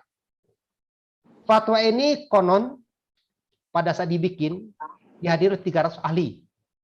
Kenapa sebutkan 300 ahli itu? Supaya meyakinkan bahwa fatwa ini tidak bisa gugur oleh pendapat seorang saja, tidak mungkin. Kenapa? Waktu bikin 300 orang yang hadir. Ahli di bidangnya masing-masing. Ahli tafsir, ahli hadis, bahkan sampai kepada ahli ekonomi dihadirkan pada saat bikin fatwa ini. Dan sebelum fatwa itu ada, sebelum fatwa MUI ini ada, sudah ada fatwa-fatwanya dari NU, dari Muhammadiyah, sudah ada fatwa-fatwa sebelumnya gitu kan. Bahkan dari negara-negara sahabat juga sudah lebih dulu mengeluarkan fatwa yang sama. Apa isi fatwa itu? Nah, isinya adalah yang pertama, ada 3 diktum. Diktum pertama isinya adalah di ayat 1 mengatakan bahwa bunga adalah tambahan yang dikenakan dalam transaksi pinjaman uang yang diperhitungkan dari pokok pinjaman berdasarkan tempo waktu. Diperhitungan pasti di muka dan pada umumnya berdasarkan persentase. Jadi kita minjam uang dipastikan sekian tambahannya. Itu adalah bunga. Disepakati definisinya. Riba adalah tambahan tanpa imbalan yang terjadi karena penangguhan dalam pembayaran yang diperjanjikan sebelumnya. Dan inilah yang disebut dengan riba nasiah. Nah, diktum kedua isinya adalah praktek pembungaan uang saat ini telah memenuhi kriteria riba yang terjadi pada zaman Rasul. Ini riba nasiah dan riba haram hukumnya. Clear dari fatwa nomor 2 ini. Praktek pembungaan tersebut hukumnya adalah haram, baik oleh bank, asuransi, pasar modal, pegadaian, koperasi, dan lembaga keuangan lainnya, maupun dilakukan oleh individu. Semua berbentuk bunga itu hukumnya haram, maupun oleh individu. Termasuk koperasi juga. Koperasi itu kan banyak menyediakan uang. Walaupun dengan dalil kan untuk anggota juga sama. Kan nggak riba lagi karena buat anggota. Sama saja riba juga sama. Kenapa? Ada kelebihan pada saat kita menyediakan uang. Jangankan kelebihan menyediakan uang, tumpangan saja pun tidak bisa, tidak boleh kita ambil. Kata Rasul, jika kamu meminjamkan uang kepada saudaramu, janganlah terima pemberian rotinya, pemberian makanannya, pemberian rupiahnya, bahkan tumpangannya pun tidak boleh. Kenapa? Segala manfaat dari hutang adalah riba. Itu sudah clear tuh ya. Nah, kadang-kadang kebanyakan seperti ini. Fatwa ini dilihat hanya sampai diktum kedua. Banyak itu, diktum kedua. Jadi karena bunga haram, kemudian bunga itu tidak boleh. Nah, akibatnya gimana? Udah deh kalau kita bermuamalah dengan lembaga keuangan konvensional, jangan ambil bunganya. Nah, kesimpulan dibikin sendiri, ya. Jangan ambil bunganya. Padahal dalam diktum ketiga, fatwa ini jelas mengatakan bagaimana hukum bermuamalah dengan lembaga keuangan konvensional. Apa hukumnya? Untuk wilayah yang sudah ada kantor atau jaringan lembaga keuangan syariah dan mudah dijangkau, tidak boleh melakukan transaksi yang didasarkan kepada perhitungan bunga. Dan untuk wilayah yang belum ada atau kantor jaringan lembaga keuangan syariah, diperbolehkan melakukan kegiatan transaksi di lembaga keuangan konvensional berdasarkan prinsip darurat. Jadi kalau nggak darurat, tidak boleh bermuamalah dengan lembaga keuangan konvensional. Nah, sekarang kita lihat apa pengertian bermuamalah itu. Berhubungan, bertransaksi, kan gitu kira bermuamalah itu kan. Bukan hanya sekedar menyimpan uang bermuamalah itu kan, tapi berhubungan, bertransaksi muamalah namanya kan. Semua. Tinggal kita lihat apa makna kata-kata bermuamalah itu. Kecuali darurat. Rasanya di seluruh Indonesia ini udah ada semua lembaga keuangan syariah. Tidak ada satu kota pun yang tidak mempunyai lembaga keuangan syariah. Pasti semua sudah punya lembaga keuangan syariah. Jadi kita dibolehkan hanya dalam kondisi darurat atau dalam hajat. Iya. Sekarang kesimpulan dari fatwa ini, kapan kita boleh bermuamalah dengan lembaga konvensional kan gitu? Hanya 2 syarat kan? Tidak ada jaringan atau kantor lembaga keuangan syariah di tempat kita berada. Yang kedua, kondisi darurat, baru boleh. Artinya kalau misalkan tidak terpenuhi 2 hal ini, rasanya tidak boleh kita menggunakan bank konvensional menurut fatwa ini. Nah, kadang-kadang kondisi darurat diterjemahkan semau kita kadang-kadang. Misalkan, saya kalau nggak pakai kartu kredit, saya kan nggak bisa keluar negeri. Keluar negeri buat saya kan darurat. Nah, itu. Saya kalau nggak pakai bank konvensional, kita kan nggak bisa beli tiket. Nah, kadang darurat. Definisi darurat ini harus kita sepakati. Yang saya temukan referensinya, apa yang disebut dengan darurat itu adalah, kalau menurut mazhab Hanafi, yang dikatakan darurat itu adalah dikhawatirkan dia kehilangan jiwa atau anggota badannya. Baru disebut darurat. Kemudian kalau menurut mazhab Maliki, kekhawatiran akan mengalami kematian. Baru disebut darurat. Sedangkan menurut mazhab Syafi'i, rasa khawatir akan terjadi kematian atau sakit yang menakutkan. Baru darurat. Dan sedangkan menurut Hambali adalah dikhawatirkan akan membuat seorang itu binasa. Itu disebut darurat. Jadi kalau misalkan kita harus beli tiket pesawat ke Korea, misalkan harus pakai kartu kredit, misalkan itu. Kalau kita nggak ke Korea, misalkan gatal-gatal terus, misalkan tangannya jadi potong, misalnya, mungkin itu disebut dengan darurat. Itulah kira-kira penilaian apa disebut darurat itu, tergantung kita mendefinisikan. Karena dibolehkan hanya dalam kondisi darurat. Nah, sekarang pertanyaannya, bagaimana kalau menggunakan lembaga keuangan konvensional untuk pembayaran listrik, telepon, dan lain-lain saja? Bagaimana kalau transaksi saja dan hanya menyimpan saldo minimal saja? Nah, sering ada pertanyaan. Kan? Bagaimana kalau menyimpan saja dan tidak mengambil bunganya? Ini juga sering ada pertanyaan. Bagaimana? Nah, pertanyaannya adalah, apakah benar di bank konvensional itu ada bunga yang tidak dihitung? Itu pertanyaannya. terhadap bunga yang tidak diambil. Sekarang lagi mode sekarang nih kan, datang ke bank konvensional, dia nabung, bikin SI, standing interaction, tidak diambil bunganya atau bunganya dinolkan, kan gitu kira-kira kan? Dia menghalalkan dia boleh bermuamalah dengan lembaga keuangan konvensional. Apakah benar terjadi? Secara sistem rasanya nggak mungkin. Nanti di program komputer tuh, jika nama sama dengan alfa, bunga nggak dihitung, nggak mungkin. Semua bunga itu pasti dihitung. Nah, perlakuannya apa? Perlakuannya kalau kita bilang nggak diambil, mereka ngambil secara manual bunga itu. Atau bunga itu ditransfer ke rekening tertentu sebenarnya. Jadi pasti dihitung bunga itu, nggak mungkin nggak dihitung bunga itu. Kalau kita nggak ambil artinya gimana? Serahkan lagi ke bank itu kan. Kalau kita menyerahkan ke bank itu artinya apa? Artinya kita juga ikut sebagai donatur riba akhirnya gitu kan. Makanya ulama berpendapat, kalau terpaksa kita menggunakan bank konvensional, ambil bunganya itu justru. Berikan kepada fasilitas umum. Bukan nggak diambil, jangan terbalik-balik pengertiannya gitu ya. Justru diambil, bukan nggak diambil gitu ya. Nah, beda ya. Tapi kalau kita terpaksa. Oke, nah ini sekarang ilustrasi ya. Jadi Bapak Ibu jangan terlalu apa ya. Ini ilustrasi saja aja. Karena di tafsir Ibnu Katsir itu segala riba itu dihubungkan dengan zina loh, yang tafsir yang tebalnya itu yang 4 jilid itu ya, yang ringkasan itu 4 jilid. Nah, salah satu hadis mengatakan bahwa 1 dirham hasil riba dimakan seseorang sementara dia mengetahuinya lebih buruk dari 36 kali berzina. 1 dirham. Berapa 1 dirham sekarang? Mungkin antara 60 sampai dengan 70 ribuan. 1 dirham loh, sama dengan 36 kali berzina. Sekarang kita gunakan ilustrasi. Nah, ini sekali lagi mohon maaf ya, mohon maaf sekali lagi. Ini sekedar ilustrasi aja, lebih pemahaman kita aja, sekedar internal kajian kita saja ya. Nah. Kita nyimpan saldo minimal. Kalau giro itu kan 1 juta minimalnya kan, 1 juta minimal.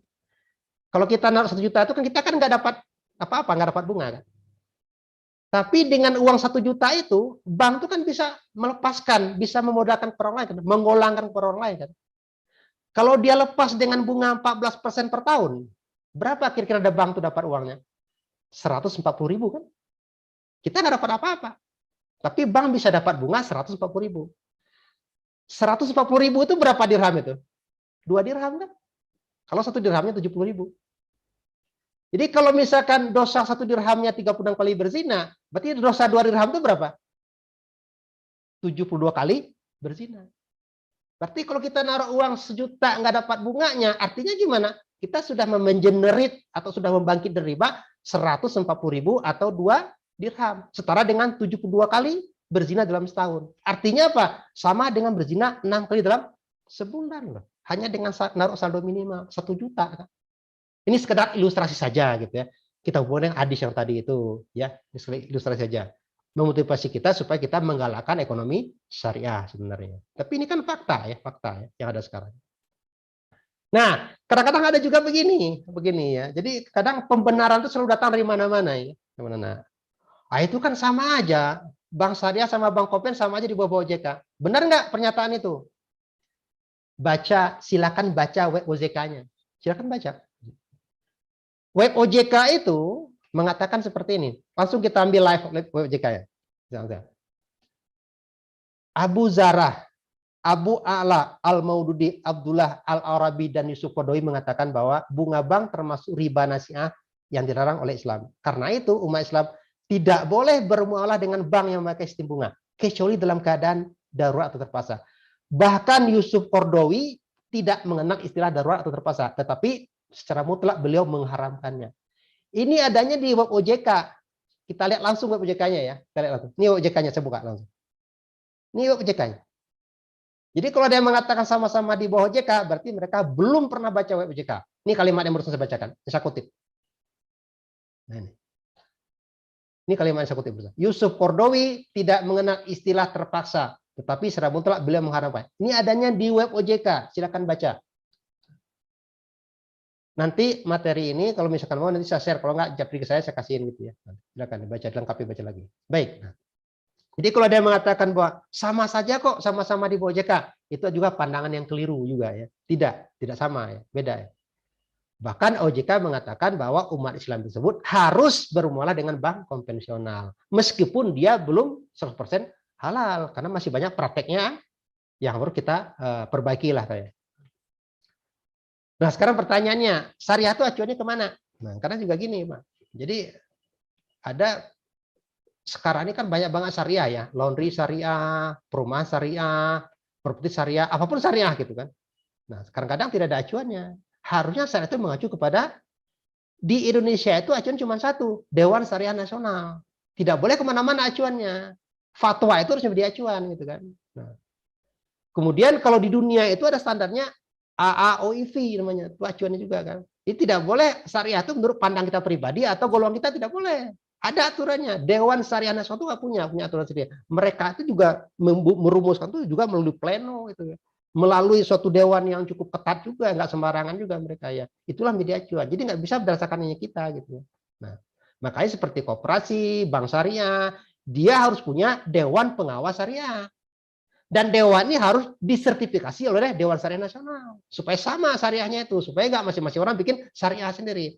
Laundry syariah, properti syariah, semuanya syariah gitu kan. Tapi apa acuannya nggak jelas acuan syariahnya apa gitu kan. Nah ini perlu kita waspadai juga ya. Jadi jangan sampai orang banyak mendompleng di atas syariah itu, tapi nggak jelas acuannya kemana. Nah selain MUI, lembaga mana saja yang mengharamkan tadi itu mana? Sudah banyak. Mesir juga ya, pada Mei 65. Ya, kemudian juga negara-negara Islam ya, ada divisi ininya, fatwanya juga ya, sudah lebih dulu ya. Kemudian juga Saudi Arabia gitu kan, Pakistan juga ya, Muhammadiyah tahun 68, NU tahun 92 udah mengatakan bahwa bank konvensional itulah haram dan perlu diadakan bank Islam. Ya, sudah jelas ya, sudah kelas. Jadi bukan hanya MUI. Negara Qatar juga sama, Sabaka Islamiyah juga sama mengharamkan ya. Ada acuannya di dunia itu, ada acuannya. Jadi tidak bisa semuanya kita seperti apa syariat tersebut kan.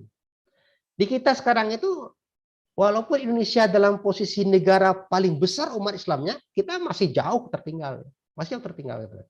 Nah, itu kita bangkitkan. Peran dai, peran ulama ini perlu kita tingkatkan. Bagaimana meningkatkan ekonomi Islam itu supaya bangkit lagi gitu kan. Coba kita lihat posisi Indonesia. Ini lihat. Indonesia itu dari sisi jumlah penduduk nomor 1 di dunia. Ini survei tahun berapa nih? Saya ambil dalam roadmap-nya OJK tahun 2019. Itu umat Islam kita tuh 205 juta. Ini berdasarkan survei terakhir tahun 2019. Saya ambil dari roadmap-nya OJK datanya. Nah, sedangkan posisi keuangan kita di dunia itu hanya menempati nomor 8. Ya, sedih nggak? Negara terbesar, tapi mendapati urutan nomor 8 di dunia itu. Kenapa? Ekonomi saya itu jauh tertinggal dari yang lain. Bahkan ini, mudah-mudahan kelihatan semua ya. Di bidang halal food, hal makanan halal, kita 10 besar aja nggak masuk. Ini survei siapa ini? Ini survei Master Plan Ekonomi Syariah tahun 2019 yang disampaikan waktu peresmian ekonomi syariah oleh Jokowi. Sampaikan ini. Saya ambil datanya dari sana. Jadi di bidang halal food kita nomor 10 aja nggak masuk. Bisa kita bayar. Bahkan negara-negara yang tidak kita perhitungkan sebagai negara Islam masuk. Nomor 1 Uni Emirat, nomor 2 Malaysia, wajar lah ya. 3 Brazil, 4 Oman, 5 Yordan, 6 Australia juga. 7 Brunei. Ya nggak kita perhitungkan. Itu di bidang halal food. Di bidang halal KUA ada apa? Di bidang halal travel kita cuma nomor 4. Nomor 1 itu Uni Emirat Arab, Malaysia, Turki, nomor 4 baru Indonesia. Di bidang apa nih? Media kita nggak masuk sama sekali. Di bidang farmasi nggak masuk sama sekali. Nah, di bidang fashion, nah kita baru masuk nomor 2 di bidang fashion. Di bidang fashion nomor 2. Jadi kita sangat jauh tertinggal ya. Jadi ekonomi kita sangat jauh tertinggal. Jadi perlu memang peran ulama bagaimana meningkatkan ekonomi syariah itu. Bagaimana peran ulama? Nah, tadi Buya Fikri mengatakan peran Rasul di zaman Rasul. Sekarang peran ulama gimana? Bagaimana strategi ulama untuk mengembangkan ekonomi syariah tersebut atau mengembangkan ekonomi umat tersebut? Cara yang pertama adalah memberikan edukasi kepada masyarakat tentang ekonomi syariah. Yang kedua, mensosialisasikan pentingnya muamalah dalam kehidupan. Nah ini yang rumit. Orang kalau nggak tahu pentingnya berarti kan nggak ini. Kalau nggak salah saya 2 minggu lalu Buya Elva memberikan ceramah di DPW Jawa Barat.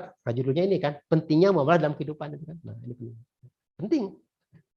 kemudian menyelipkan materi muamalah dalam pengajian-pengajian khutbah dan lain. Nah, ini yang jarang. Jadi kalau kita khutbah itu jangan materi tidak hanya ketauhidan saja gitu kan. Sekarang misalkan nih, kalau sekarang kan lagi ramainya apa? Nah, khutbahnya mengenai Isra Mi'raj. Hampir semua Isra Mi'raj kan begitu kan? Nah, ya, kalau saya enggak, kalau saya materi saya pasti tentang ekonomi semua. Kalau saya khutbah pasti tentang ekonomi materinya gitu kan. Jadi kita selipkanlah materi-materi ekonomi, materi-materi muamalah dalam pengajian, dalam khutbah-khutbah gitu kan. Supaya apa? Supaya masyarakat itu teredukasi. Nah, mencontohkan, nah ini yang paling penting, mencontohkan dan mengajak untuk menjauhi larangan-larangan syariah itu. Jangan sampai kita berbicara tapi kita tidak mencontohkan. Caranya gimana? Ya cobalah kita pindah ke bank syariah, jangan pakai bank konven lagi gitu. Kenapa? Kita udah tahu barang haram itu kan, bank konven. Kenapa kita masih pakai itu? Jadi mencontohkan dan mengajak ya umat untuk menjauhi larangan-larangan syariah itu. Banyaklah mungkin strategi lain yang bisa disampaikan, yang bisa dilakukan ya, seperti yang disampaikan tadi Buya Fikri Bareno gitu kan. Nah, kalau peran ini dijalankan, insya Allah ekonomi itu akan bangkit lagi, akan tumbuh lagi. Sekarang ekonomi syariah itu berbiaya mahal. Kenapa berbiaya mahal? Karena penggemarnya masih sedikit. Makanya dia berbiaya mahal. Pak, margin itu kan lebih mahal daripada bunga, Pak. Makanya kita pindah ke bank konven lagi aja. Jangan dibandingkan lah. Jangan dibandingkan hal-hal yang haram dengan yang halal dari harga. Karena harga itu bukan alat ukur. Nah, itu masalahnya. Sekarang kalau dibandingkan antara margin bank syariah dengan bank konven, bunga bank konven, kalau itu tolong bandingkan juga antara daging babi dengan daging ayam. Jangan dibandingkan dong. Sekarang pertanyaannya, berapa daging babi harga sekilo? Berapa daging ayam sekilo? Oh, saya nggak tahu daging babi, Pak. Ah, berarti benar kalau gitu, karena nggak pernah mempedulikan gitu kan. Nah, tanya ke saya, berapa margin sekarang? Sekian. Bunga berapa? Saya nggak tahu. Bunga bank saya nggak tahu, karena saya tidak pernah ikutin bunga bank. Nah, gitu harusnya kan. Jadi kita jangan memilih suatu hal yang haram dengan yang haram, tapi faktor harga. Karena harga itu bukan tolak ukur dari hal haram. Gitu kan. Dan ini yang terakhir. Ini yang terakhir, kita jangan sampai kecolongan berkali-kali umat Islam itu. Ini orang Barat, pandangan Barat. Sisi Tore ini pasti dikenal oleh orang yang bikin disertasi pasti tahu lah. Banyak teorinya diambil kan, apalagi ekonomi. Kalau Buya Fikri pasti tahu persis nih. Banyak teorinya yang diambil di sini kan. Dia mengatakan bahwa Al-Quran itu menggunakan terminologi bisnis demikian ekstensif. Ada 20 macam terminologi dalam bisnis dalam Al-Quran serta diulang 370 kali dalam berbagai ayat.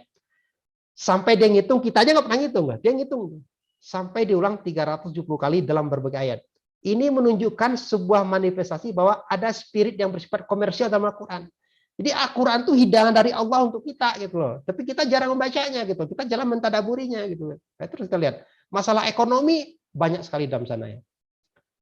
Nah, para ahli yang meneliti tentang hal-hal yang ada dalam Al-Quran mengakui bahwa praktek norma perundangan-undangan Al-Quran selalu berhubungan dengan transaksi. Hidup gitu, hidup. Nah, tapi kita sendiri kadang-kadang tidak melihat itu gitu kan. Ini orang Barat ada berapa seperti itu. Nah, betapa aktivitas ekonomi itu sangat penting untuk Al-Quran. Namun karena rendahnya pendidikan sebagian besar umat Islam saat ini, terjadi beberapa kekeliruan dan dalam pemahaman. Mohon maaf, ini bukan pendapat saya, bukan ya. Ini pendapat ahli tadi itu, ya. Pendapat ahli tadi. Karena rendahnya pendidikan sebagian besar umat Islam saat ini, terjadi beberapa kekeliruan dalam pemahaman. Ini bukan pendapat sekali lagi ya, tapi pendapat ahli tersebut. Sistem ekonomi syariah mempunyai beberapa tujuan, diantaranya. Nah, dia melihat bahwa pertama tujuan adalah kesejahteraan ekonomi dalam kerangka norma moral Islam. Ini tergambar dalam ayat Al-Baqarah ayat 2 dan 168. Al-Maidah 87 dan 88 dan Al-Jumu'ah ayat 10. Dia melihat sampai ke sini, dia melihat. Dan membentuk masyarakat dengan tatanan sosial yang solid berdasarkan keadilan dan persaudaraan yang universal. Tadi sudah disampaikan oleh Buya Fikri Bareno kan. Itu ada dalam surat Hujarat ayat 13, Al-Maidah ayat 8 dan Asy-Syura ayat 183. Mereka kaji sejauh itu sampai ke dalam itu ya. Dan yang ketiga tujuan ekonomi Islam adalah mencapai distribusi pendapatan dan kekayaan yang adil dan merata. Dalam surat Al-An'am ayat 165, An-Nahl 71 dan Az-Zukhruf ayat 32. Dan menciptakan kebebasan itu dalam konteks kesejahteraan sosial. Dalam surat Ar-Ra'd ayat 36 dan Luqman ayat 22. Nah, dan kesimpulannya adalah ekonomi syariah merupakan menganut teori hukum ekonomi keseimbangan sesuai dengan pandangan Islam. Ini baiknya ekonomi Islam itu. Makanya Barat cenderung mempraktikkan ekonomi Islam. Kenapa? Ada keseimbangan di sana itu kan. Nah, ini yang paling kita takutkan ya. Ini udah hampir terjadi sekarang kan. Jangan sampai Islam menggunakan teori Barat, tetapi orang Barat menggali konsep Islam. Nah, ini jangan sampai terjadi seperti itu kan. Sudah terjadi sekarang juga kan. Sekarang orang belajar ekonomi Islam kemana? Ke Eropa sekarang kan, ke Amerika gitu kan. Kenapa nggak ke Indonesia? Harusnya kemana? Harusnya ke Padang Panjang kan gitu harusnya kan. Tapi kenapa nggak ada di kita gitu? Harusnya ke Sumatera Barat harusnya gitu kan. Nah, kenapa nggak ada di kita? Gitu. Harusnya kemana? Ke Jombang, kemana? Ke Madura gitu ya. Harusnya mengembangkan. Nah, inilah tantangan buat kita, tantangan buat dai-dai ini kan. Ya memang Rasul sudah meramalkan 14 abad yang lalu. Memang sekarang ini kita kalau memegang kebenaran itu seperti memegang bara api kan. Nah, ya. Kita ngomong gini kadang-kadang dia takut katakan radikal. Padahal enggak, ini kan ajaran kan. Undang-undangnya mendukung, hadisnya ada, semuanya ada. Jadi kalau kita mengatakan bank konvensional haram itu jangan takut harusnya. Kenapa? Udah jelas kok fatwanya ada, undang-undangnya juga ada. Kita nggak usah takut mencapai itu. Nah, sesungguhnya di belakang kalian ada hari-hari kesabaran. Kesabaran pada masa itu bagaikan menggenggam bara api kata Rasul kan. Benar jadi sekarang kan. Bagi yang tetap istiqomah menjalankan ajaran Islam pada masa itu akan mendapat pahala 50 orang yang mengamalkan seperti ajaran Islam itu, kata Rasul. Sahabat nanya, "Hai Rasul, apakah pahala 50 di antara mereka?" Tidak, kata Rasul. Bahkan pahala 50 orang di antara kalian. Jadi barang siapa yang sekarang istiqomah menjalankan, insya Allah mendapatkan pahala 50 kali pahalanya sahabat kan. Itu mah berat, kan berat loh. Kita ngomong aja berat, kita nggak punya kartu kredit aja kan berat rasanya kan, dihina orang di mana-mana kan gitu kan. Masa nggak punya Pak? Kita check-in di hotel, Pak kartu kredit aja open, saya nggak punya, masa nggak punya, begitu kan? Ya, itulah kira-kira. Nah, Rasul juga mengatakan bahwa akan datang pada manusia suatu zaman ketika tidak tersisa seorang pun kecuali pasti makan riba. Yang tidak makan riba pun tetap terkena debunya riba. Nah, ini jangan diselewengkan hadis ini kan. Oh, ini kan debunya riba. Jangan. Pilah-pilah mana yang debunya, mana yang pasirnya, mana yang batunya, mana yang kerikilnya, mana yang gunungnya. Kalau bank kompres itu bukan batu, bukan debunya riba, tapi gunungnya riba itu, sumbernya riba itu ya. Yang debunya riba itu apa? Mungkin ada hal-hal yang tidak bisa kita hindari lagi. Tapi kalau kita bisa hindari itu bukan debunya namanya gitu kan. Jadi jangan selewengkan hadis ini kan. Ini kan debunya riba, kata Rasul juga boleh tidak. Ya. Nah, jadi harus bisa kita memilah-milah. Baik, mohon maaf jika ada yang kurang berkenan. Sekali lagi mohon maaf, dan kepada guru-guru saya yang ada di sini, mohon maaf sekali lagi kalau ada yang kurang lengkap. Mohon Buya Piki baru dilengkapi lagi sama Buya Elva gitu kan. Sekian, terima kasih. Sekali lagi mohon maaf. Assalamualaikum warahmatullahi wabarakatuh. Waalaikumsalam warahmatullahi wabarakatuh. Jazakallahu ahsanul jaza Buya Kahar Mulyani atas paparannya yang penuh semangat, detail, dan menusuk ke setiap sendi-sendi permasalahan yang real dihadapi oleh kita pada saat ini, khususnya dalam bermuamalah dalam bidang ekonomi khususnya. Baik, peserta Zoom yang saya hormati, tersisa waktu 15 menit bagi kita untuk menuju jam 9 lebih kurang. Kita langsung saja buka sesi tanya jawab. Kepada kita berikan untuk 5 pertanyaan pertama. Dari Riau, Ustaz. Dari Riau, 1. Arsyad dari Bandung. 2 Bandung. Bismillahirrahmanirrahim, dari Al-Ikhwan, insyaallah. 3 Al-Ikhwan. Syukron, Ustaz. Syukron. Kayaknya cukup 3 dulu Buya-buya ya. Mangga, silakan yang pertama dari Riau, pertanyaan diajukan ke siapa? Silakan. Dua-duanya. Nah, mangga silakan Mbak. Assalamualaikum warahmatullahi wabarakatuh. Waalaikumsalam warahmatullahi wabarakatuh. Saya Zulfadli DPW Riau. Berbahagia sekali mendengarkan wejangan dari Buya Fikri Bareno dan Buya Kahar Mulyani. Luar biasa sekali. Pertama kepada Buya Fikri Bareno. Secara teori beliau sudah terangkan bagaimana memang umat Islam di zaman Rasul itu mampu mengalahkan Yahudi. Nah sekarang saingan terberat kita juga Yahudi. Nah di samping memang oligarki yang ada, pertanyaannya sederhana sekali. teori-teori yang beliau sampaikan tadi dan praktik yang dicontohkan oleh Rasul dan para sahabat itu mampu secara jitu bahkan pebisnis dan pedagang Yahudi atau antek-anteknya yang lain. Pertanyaannya sekarang, nah, kenapa umat Islam terutama di Indonesia yang mayoritas ini kok sedikit saja tidak bisa jangankan mengalahkan, bahkan memberikan keseimbangan saja tidak bisa. Ini persoalannya, persoalan mendasarnya di mana nih Buya Fikri Baleno? Ini yang pertama. Yang kedua kepada Buya Kahar. Nah, kita kan melihat sekarang, mohon maaf, kita sangat merindukan memang semuanya syariah. Nah, bank juga syariah. Praktek-praktek bisnis adalah syariah. Memang sekarang sangat bertebaran sekali label-label syariah. Tapi setelah kita ukur dari yang Buya sampaikan tadi, seakan-akan ada si pameo seperti ini. Ini syariah sepertinya masih rasa riba ini. Nah, lalu yang kedua, dengan banyaknya syariah itu, yang umat Islam juga sudah tahu tentang syariah itu sendiri, manfaat dan bahayanya. Lalu kenapa nih peminat untuk ikut bergabung dengan yang betul-betul syariah itu sangat-sangat minim sekali. Padahal dosanya umat Islam sudah sangat tahu sekali. Nah, mohon Buya, gimana ini sisi salahnya? Kenapa kok terjadi hal yang jelas baik, edukasi sudah ada, tapi peminatnya sangat minim. Nah, itu dua pertanyaan. Mohon pencerahannya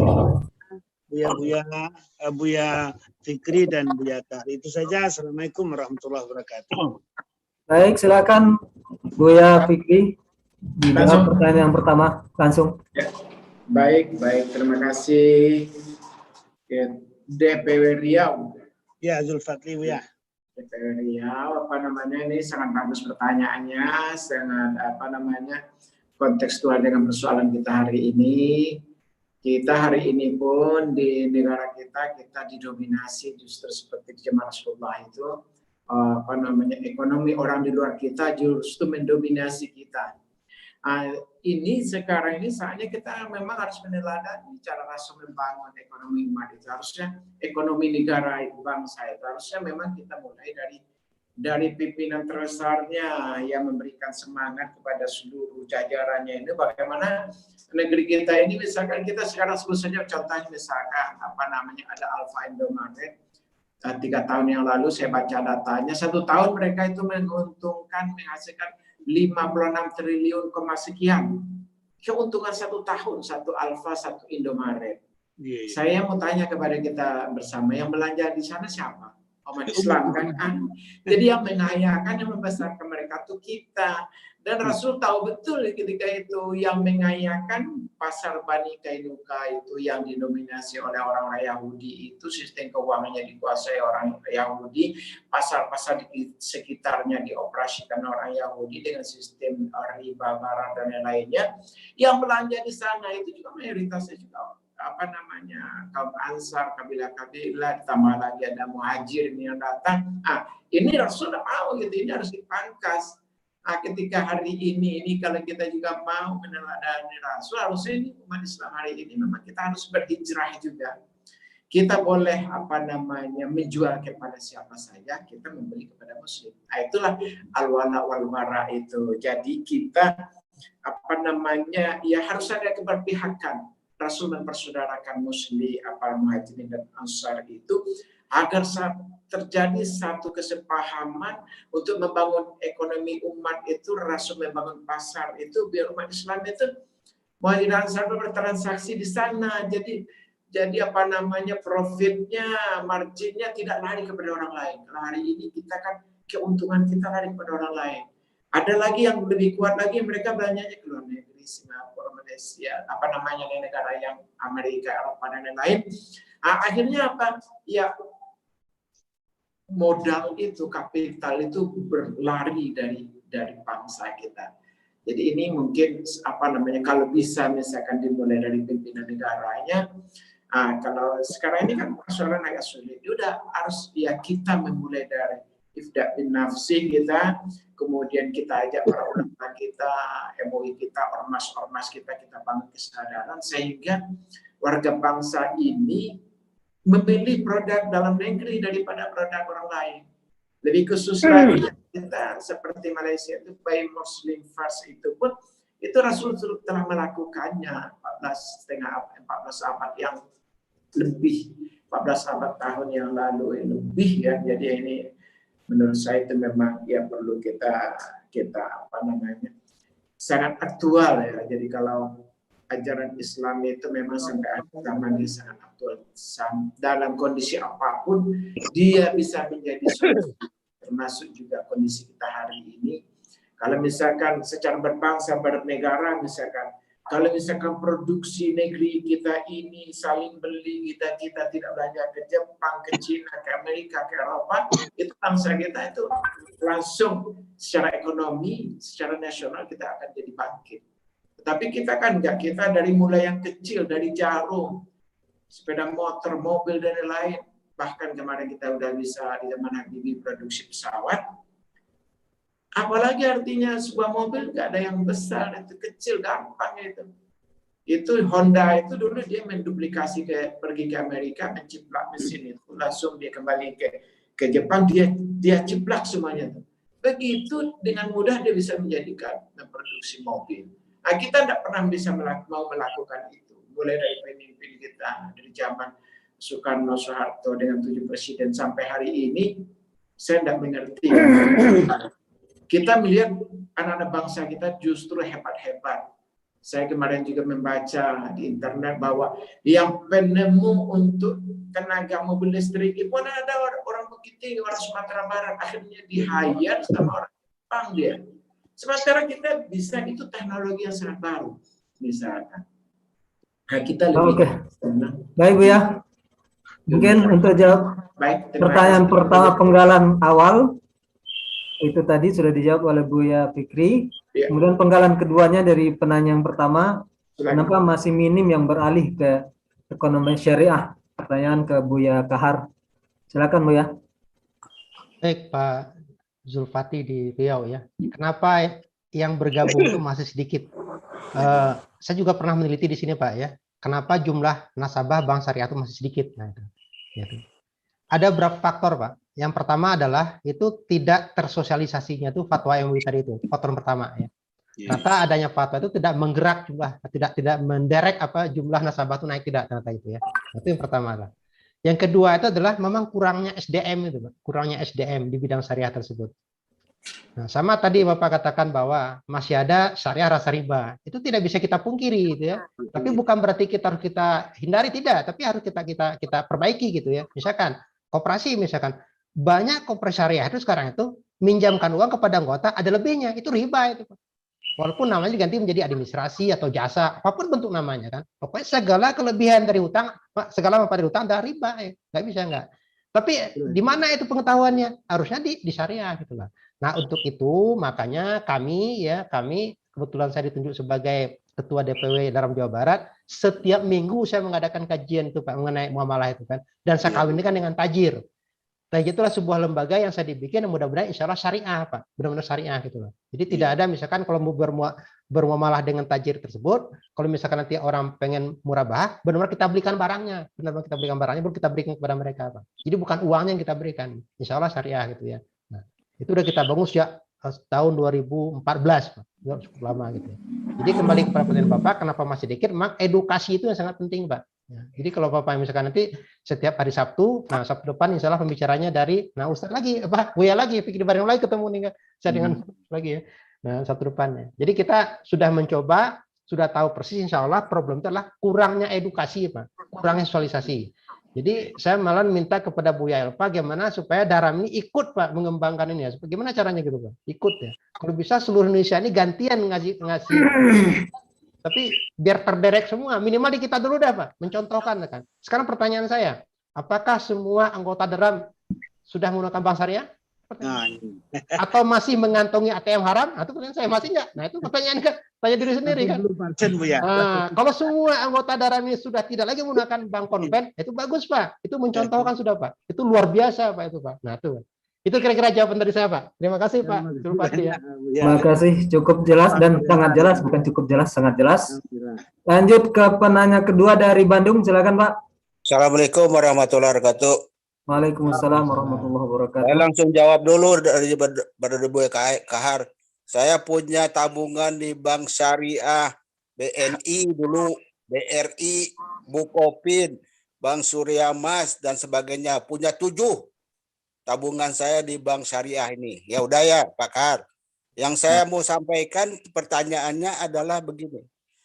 Sudah 15 tahun ini saya dari MUI Kota Bandung melaksanakan kegiatan untuk membangun, membina, mendampingi koperasi syariah berbasis masjid. Tapi sampai sekarang masih banyak kelemahannya, masih susah, masih nggak jadi-jadi.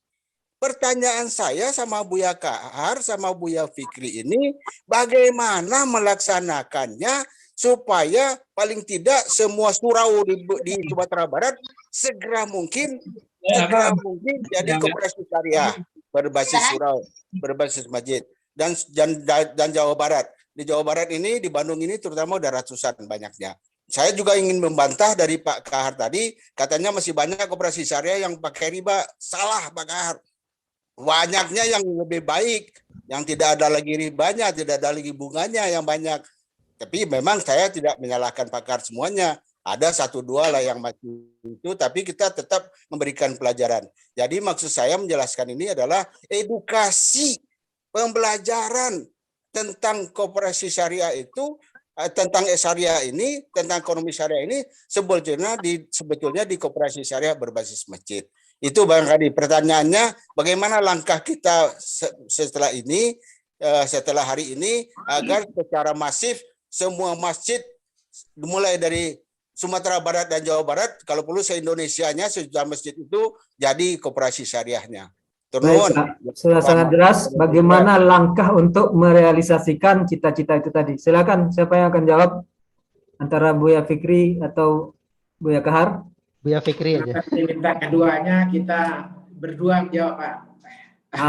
Ya, silakan cepat duluan. Ini ya, saya mengusul langsung. Ini apa namanya ide yang sangat luar biasa dari Pak Arsyad, Dr. Arsyad dari ekonomi dari MUI bidang ekonomi Bandung ini luar biasa, yang telah 15 tahun berdarah-darah untuk menyumbangkan koperasi syariah berbasis masjid. Udah berdarah-darah, Buya, aman-aman terus. Ini menurut saya ini Daram perlu menjadi motor penggeraknya.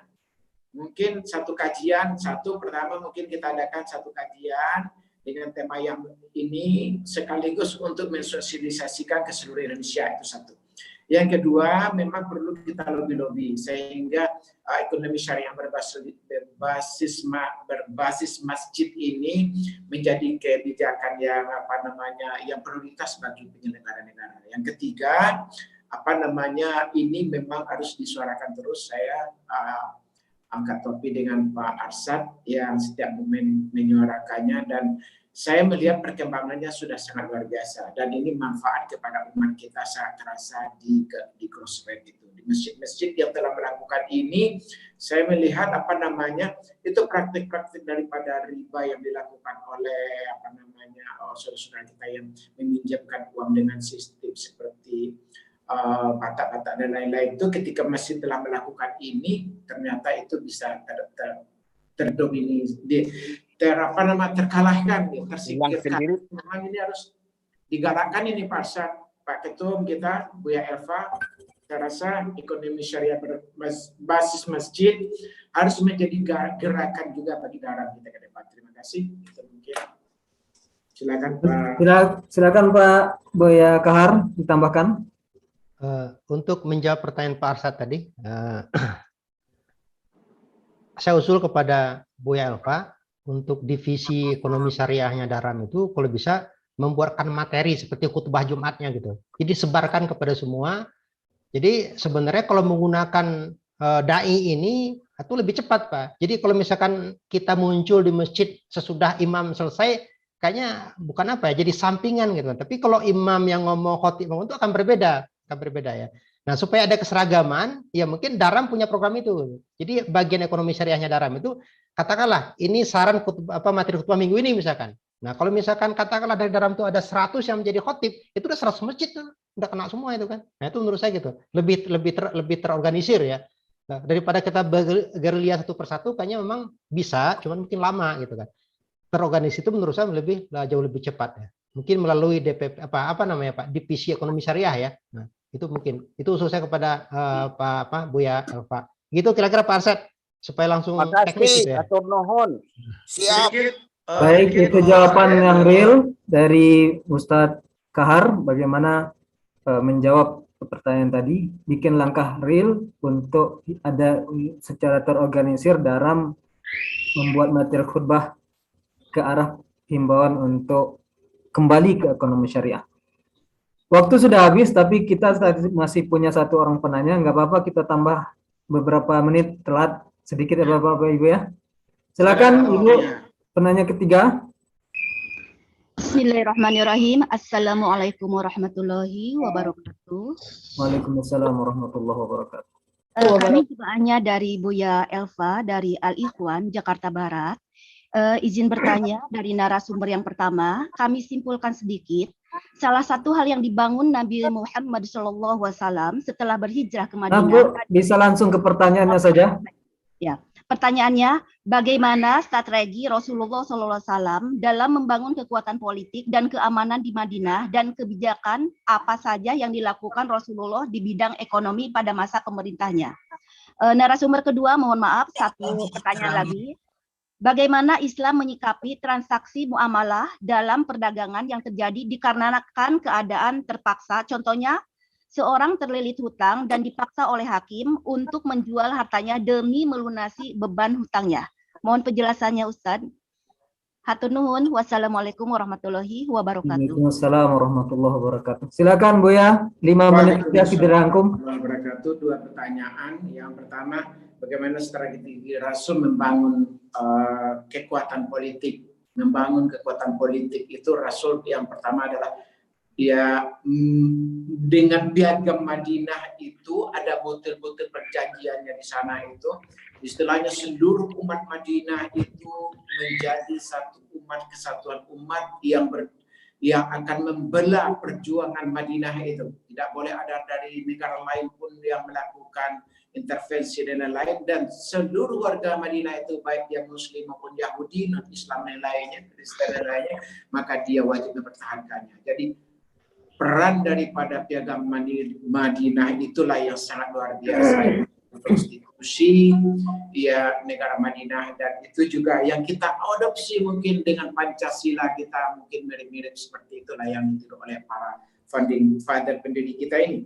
Di samping itu untuk stabilitas politik ini Rasul juga tokoh-tokoh itu mereka persatukan. Jadi tidak ada minimalisir dari seluruh ancaman-ancaman itu, sehingga Rasul betul-betul merdeka di Madinah itu, didukung tidak hanya oleh Muhajirin dan Ansar, tapi walaupun di dalam hatinya dia mempunyai kebencian kepada Islam, orang-orang Yahudi, orang-orang munafik, tapi di mukanya dalam praktek kerjanya yang terlihat itu dia mendukung kepada Rasulullah dan para sahabat.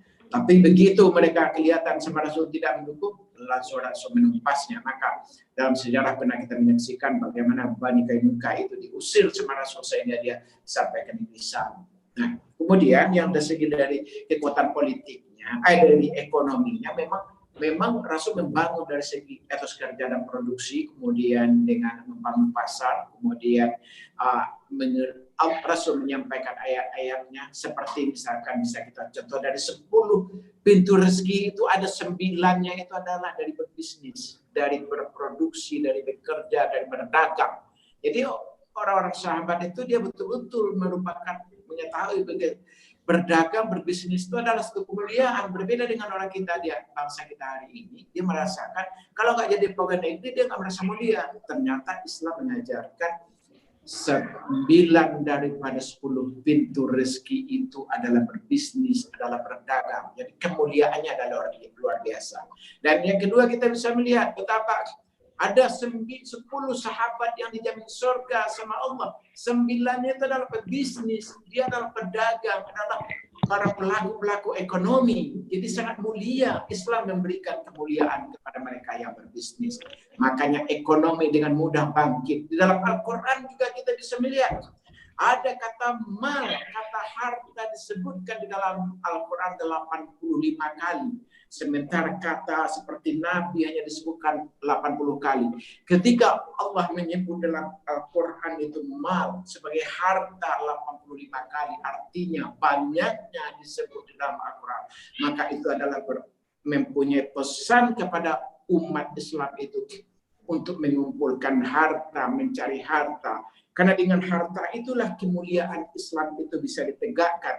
Kesempurnaan Islam juga bisa ditegakkan dengan harta, dengan etos kerja yang tinggi. Seperti juga rukun Islam kita itu ada 5. Tanpa harta yang banyak kita hanya bisa melakukan 3. Syahadat, puasa, dan salat. Cuma kita bisa lakukan. Tetapi ketika kita punya harta, kita bisa berzakat. 1 nisab baru kita bisa berzakat, bisa melaksanakan haji ke Baitullah. Kemudian begitu juga Allah dan Rasul menyampaikan kemuliaan kepada mereka yang punya harta. Al-yadul ulya khairum min yadus sufla. Tangan di atas lebih baik dari tangan yang di bawah. Diberikan kemuliaan kepada orang berinfak, bersedekah, berwakaf, kemudian menyantun anak yatim, memberi. Kemudian itu semua adalah memberikan semangat kepada umat Islam itu untuk menguasai ekonomi. Umat Islam harus menjadi penguasa ekonomi di negaranya itu. Dia harus menjadi tuan di negaranya. Tanpa ekonomi, tanpa penguasaan ekonomi sebuah bangsa itu, pasti lagi akan mudah dijajah oleh bangsa lain, didominasi oleh orang lain. Dan Rasul telah mempraktekkan itu dan perlu sangat kita teladani hari ini. Mungkin kalau kita perpanjang lagi nanti. Baik Bu ya, terima kasih banyak. Untuk penggalan kedua pertanyaannya, ada tadi ini pertanyaan tentang kasus seseorang yang dipaksa oleh pengadilan untuk melakukan transaksi yang di situ ada riba. Bagaimana hukumnya saat ke Buya? Bukan begitu. Bagaimana Islam menyikapi keadaan ekonomi Islam dalam keadaan terdesak ketika dia berutang, itu yang saya tangkap urusan dia. Iya Bu ya. Ya, benar. Oke, jadi itu dibolehkan Bu, dibolehkan nih. Dalilnya begini. Untuk ketika seorang sahabat datang kepada Rasul, ya Rasul, aku punya utang. Jawaban Rasul apa? Bukan dibayarin sama Rasul, enggak. Dia cuma nanya, apa yang ada di rumahmu? Jawaban Rasul. Aku orang miskin, Rasul nggak punya apa-apa. Kamu punya rumah? Nggak punya juga. Pakaian tidak punya juga, selain ada di badan ini. Aku hanya punya muk. Muk itu kalau ibaratkan kita, muk itu kan bekas minum teh yang sudah kucel gitu kan, muk itu kan. Itu cuma punya itu di rumah. Kata Rasul apa? Bawa ke sini, kata Rasul. Kemudian dibawa ke hadapan Rasul, sama Rasul dilelang, muk itu dilelang. Kemudian hasil penjualannya itu oleh Rasul, silakan untuk bayar utang kamu. Artinya apa di sana? Apapun yang ada di rumah kita, kita jual untuk bayar utang. Beda dikit sama zaman sekarang ya. Apa yang ada di rumah dibeli pakai utang kan gitu kira-kira ya. Ini sangat penting. Jadi bab utang ini sangat penting ya. Jangan keliru memahami. Kalau gitu boleh nggak berutang? Nah, jangan dikatakan tidak boleh. Karena ada juga yang mengatakan ada beberapa utang itu haram. Enggak, utang itu tidak haram. Utang itu boleh, utang itu. Tapi utang itu buat apa? Dipelajari utang itu. Utang itu boleh untuk kebutuhan boleh, bukan untuk keinginan. Nah, kadang kita kan bisa bedakan mana yang kebutuhan, mana yang keinginan gitu kan. Apalagi hobi berutang, Bu ya. Nah, berutang itu boleh. Bahkan Rasul mengatakan, waktu aku di Isra Mi'rajkan kata Rasul, aku melihat tulisan di pintu surga. Kenapa pahala sedekah itu 10 kali, sedangkan pahala memberi hutang 18 kali? Rasul nanya kepada Jibril. Apa kata Jibril? Kalau orang hutang pasti butuh, kata Jibril. Makanya lebih penting. Memberikan hutang itu lebih penting daripada memberikan sedekah. Bahkan ada 3 hukum dalam hutang itu, dalam keadaan itu ya. Kalau kita dipinjamin orang uang, nih, kalau kita ya, hukum buat kita, ada 3. Kalau seandainya orang berhutang itu karena nggak punya makan pada hari itu, maka hukumnya wajib kita memberi hutang. Ya. Itu ya. Yang kedua, kalau misalkan dia itulah digunakan untuk hal-hal yang sifatnya itu maksiat dan segala macam, itu malah haram hukumnya memberikan hutang itu. Gitu. Nah, jadi kita harus sikapi hutang, hati-hati juga ya, hati-hati ya. Bahkan Rasul sendiri menyolatkan orang yang punya hutang. Itu juga dilihat. Jadi disikapi hutang ini dengan bijaksana, jangan sampai salah paham. Kalau itu nggak boleh dong berhutang. Tidak ada dalil mengatakan tidak berhutang. Boleh berhutang, tapi pada tempatnya berhutang tersebut. Bahkan Rasul mengatakan apa? Tidak masuk surga seseorang meskipun mati syahid kalau dia punya hutang. Akan untuk ketiga dikatakan juga bahwa seseorang itu kalau dia meninggal syahid, dihidupkan lagi, meninggal lagi syahid, hidupkan lagi, meninggal lagi syahid 3 kali, maka dia tidak akan masuk surga kalau masih punya hutang. Maka hati-hati berhutang itu. Berhutang itu hanya boleh untuk kebutuhan, bukan untuk memenuhi keinginan kita. Dan itu tidak boleh mengandung riba, ya, tidak boleh ada manfaat itu. Itu mudah-mudahan ya. Kalau kita bahas mungkin habis waktu sekitar 2-3 jam masalah bab hutang. Silakan dibaca Bu, bab hutangnya Bu ya. Gitu kira-kira pembawa acara. Terima kasih Buya. Buya kedua-duanya. Kita balik ada ke bahasa balik. Baik, sudah lewat dari 12 menit dari jam 9. Sebelum kita tutup, untuk penutup forum ini saya serahkan ke sama Pak Jairu bertanya. Bu Elva juga mau nanya tuh. yang ketua. Bu Elva juga mau nanya juga. Kayak sesi Mungkin nggak apa-apa Ustaz Ade, karena banyak yang ingin bertanya, ya nggak apa-apa. Ya, saya rasa mungkin tambah waktu sedikit lagi. Boleh sampai nanti 11.04 ya. Itu ada namanya tuh Ustaz Nur Huda, silakan. Saya rasa nggak apa-apa Ustaz Ade. Sampai jam 9.30 Ustaz. Alhamdulillah. Perpanjang waktunya, boleh. 9.30 ah. Ya, sepakati ya. Silakan Ustaz Nur Huda. Ya. Kalau itu kesepakatan kita, ya saya menjalankan hasil kesepakatan kita dan kita tarik jam kita ke belakang, ke depan sampai jam 9.30. Silakan penanya selanjutnya Ustaz Nur Huda. Izin dilanjut. Ustaz, Buya, kami berharap sangat Darah ini menjadi garda utama untuk penegakan amalah syariah, Ustaz. Karena guru-guru kami, Ustaz, di IPM, Entrepreneur Muslim itu, hari ini oleh Menteri Agama dikategorikan yang tidak layak ceramah. Ya kan? Contohnya adalah Ustadz Dwi Condro Kirono dan Dr. Irwadi Tarmizi. Itu dikategorikan Ustadz yang tidak layak ceramah. Padahal itu pakar-pakarnya muamalah syariah yang menjadi guru-guru kami di setiap kesempatan. Itu yang pertama. Yang kedua, alhamdulillah ada Ustadz muda dan Buya bergelar. Dia mengatakan bahwa bunga bank itu tidak haram. Itu ada. Ya, dan itu viral di YouTube. Kemarin beberapa hari ini beliau baru ceramah di Kementerian Agama. Barangkali itu yang bisa kami sampaikan keprihatinan kami. Kami di Tangerang menjadi ormas penggerak anti rentenir yang hari ini sedang meruyak ke penduduk, ke rumah-rumah penduduk rentenir, ya, yang dibilang bank keliling, bank bangke itu. Kami itu hadapi setiap hari banyak sekali. Mudah-mudahan doa kita semuanya hal-hal yang bisa kami lakukan insya Allah berbuah baik. Demikian. Terima kasih. Wassalamualaikum warahmatullahi wabarakatuh. Waalaikumsalam warahmatullahi wabarakatuh. Berarti ini bukan pertanyaan Pak ya, tapi share pendapat ya. Pertanyaan, ada bunga yang ada Ustadz yang mengatakan bunga itu tidak riba ya. Mungkin saya tanggapi sedikit Pak ya. Jadi saya tahu yang Ustadz apa maksud, saya tahu gitu ya. Kenapa tadi saya katakan bahwa fatwa itu dihasilkan oleh 300 ulama. Kata-kata kan? Kenapa saya katakan seperti itu? Artinya apa? Tidak mungkin pendapat 300 orang akan gugur pendapat 1 orang gitu kan. Nah, itu masalah gitu kan. Yang berapa itu kan cuma 1 orang. Itu pun dia bukan ahli hadis, bukan ahli tafsir, dia ahli filsafat, Pak. Ya, itu ya. Mungkin nggak mungkin gugur pendapat 300 orang ini Pak gara-gara itu, Pak. Dan dia mengatakan bahwa setahu saya bahwa dia mengatakan ada fatwa susulan dari Mesir yang mengatakan itu tidak haram. Tapi secari nggak ketemu fatwa itu. Ada nggak fatwa itu gitu loh. Setahu saya cuma Mesir tahun 65 yang mengeluarkan fatwa bahwa bunga bank adalah haram gitu kan. Nah, ya itu Pak. Kira-kira penjelasan dari saya. Baik. Masih 15 menit lagi. Assalamualaikum. Silakan. Waalaikumsalam warahmatullahi wabarakatuh. Waalaikumsalam. Ya, izin, moderator. Silakan, Pak. Ini nih. Ini agak pertanyaannya agak global. Jika negara Indonesia itu minjam utang ke luar negeri itu pakai bunga, apakah seluruh rakyat Indonesia itu kena debu dari riba? Akan jawab siapa nih? Pemimpinnya yang menanggung dosa. Solusinya gimana itu? Bisa nggak Indonesia itu bebas dari pinjam utang luar negeri tanpa riba? Ini agak Ini berat nih Pak Sekjen ini. Tapi ini pun fakta. Ya betul. Para dai-dai kita dan jemaah yang ada di Zoom ini. Makasih. Assalamualaikum warahmatullahi wabarakatuh. Waalaikumsalam warahmatullahi wabarakatuh. Silakan Buya, siapa yang dulu yang akan jawab? Saya jawab sedikit ya.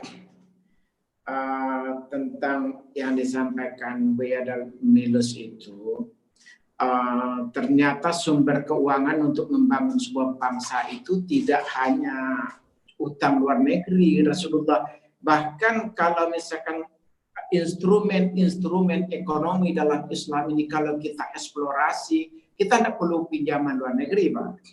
Jadi misalkan sebut saja misalkan satu hal aja kita ambil, misalkan dari zakat misalkan, kemudian itu dikelola secara baik, itu kalau saya nggak salah kemarin ini menurut prediksi yang disampaikan sama ahli, yang disampaikan sama Kiai Khalil Ridwan, dia berdialog dengan orang yang ahli zakat itu, katanya potensi kita tuh di atas 2.000 triliun. Itu baru satu. Belum lagi misalkan bagaimana kita mengeksplorasi sumber dana yang lainnya dari Islam ini. Ya menurut saya memang sangat luar biasa dan itu masih sangat berpotensi bisa untuk menyelamatkan ekonomi bangsa kita. Terus yang kedua, Pak Darmilus mengatakan mungkin tidak kita terbebas dari utang luar negeri itu. Ya, itu tergantung mindset daripada pimpinan negara itu membangun sehingga ekonomi nasional itu bisa terbangun dengan kemandirian. Saya rasa itu memang negara-negara Islam di zaman terdahulu itu telah memberikan contoh kepada kita. Kesulitan zaman dulu tidak lebih kurang dari zaman sekarang, tetapi mereka dengan instrumen-instrumen yang Islam punya itu, dia eksplorasinya ternyata dalam khalifah bahkan negara itu mempunyai kesurplusan yang luar biasa gitu, bahkan seluruhnya itu tidak perlu lagi menerima zakat dan lain-lain. Jadi bagaimana kita mengelolanya secara Islami itu yang mungkin Pak ya. Dan itu sangat terbuka peluang karena instrumen-instrumen Al-Quran dan Sunnah itu banyak sekali. Mungkin Pak Buya Kahar kita bisa memperluas lagi. Terima kasih Pak Darmilus. Enggak Buya Kahar ditambah. Iya, mengenai pertanyaan Pak Sekjen bahwa siapa yang bertanggung jawab terhadap utang itu di negara, mungkin hal yang sama juga di perusahaan ya. Apakah karyawannya bertanggung jawab gitu kan? Nah, menurut referensi yang saya baca, termasuk juga pendapat dari Dewan Pakar kita, Ustadz Eroni Termizi, itu yang bertanggung adalah pemutusnya, Pak, pengambil kebijakannya kan. Jadi kan dosa itu kan nggak turun, Pak, tidak turun ya. Misalkan mungkin pada saat negara berutang, mungkin Bapak juga nggak setuju kan, Bapak harus nanggung dosa kan nggak mungkin kan. Jadi yang berdosa itulah pemutusnya, pelaksananya kan, yang melaksanakan siapa yang memutuskan utang itu diambil. Sama juga di perusahaan adalah pemutusnya. Mungkin perusahaan itu direkturnya, komisarisnya, pemegang sahamnya gitu kan. Karyawannya tidak. Ya mungkin karyawannya cuma terkena debunya riba gitu kan. Kecuali karyawan juga ikut-ikutan bisa gitu kan mensupport. Udah kita pinjam utang aja, nggak bisa gitu kan. Itu kira-kira jawaban dari saya. Tapi saya paling kuat dengan pendapat Ustaz Arwandi ya bahwa yang berdosa itu, yang bertanggung jawab itu adalah pemutusnya gitu. Siapa pemutusnya?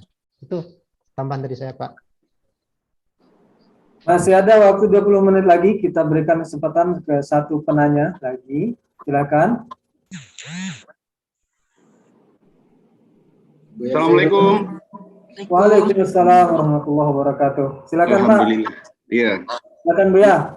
Ya, mungkin untuk Buya Kahar kali ya. Bukan Syariah. Ambo ya? Ya.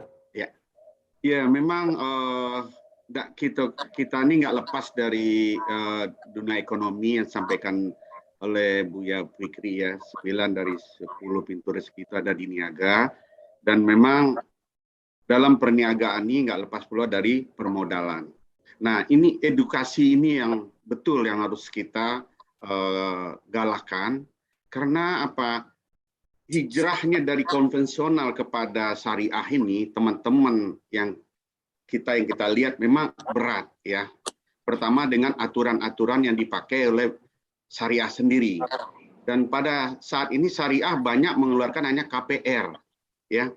Jadi mungkin mengikat waktu, saya hanya bertanya ke Ustadz Buya Kahar. Pertama masalah mereka kan memakai sistem musyarakah dan mudharabah atau MMQ, dan apakah dengan ujroh mengambang sah nggak itu? Itu yang pertama. Ujroh mengambang ada nggak dalam Dewan Syariah Nasional? Sudah itu mereka memakai finalti. Apakah itu boleh? Itu ketiga, dengan sistem asuransi jiwa. Mungkin saya kasih ilustrasi dengan pinjaman 5M, asuransi dibayar 200 juta untuk 10 tahun, dan ketika mungkin 1 bulan kita bayar, kita meninggal, dan mereka menutupi hutang kita. Bagaimana pandangan dalam Islam dengan hutang yang dibayarkan itu? Sementara kita ada uang mereka ada sama keluarga kita, ahli waris kita.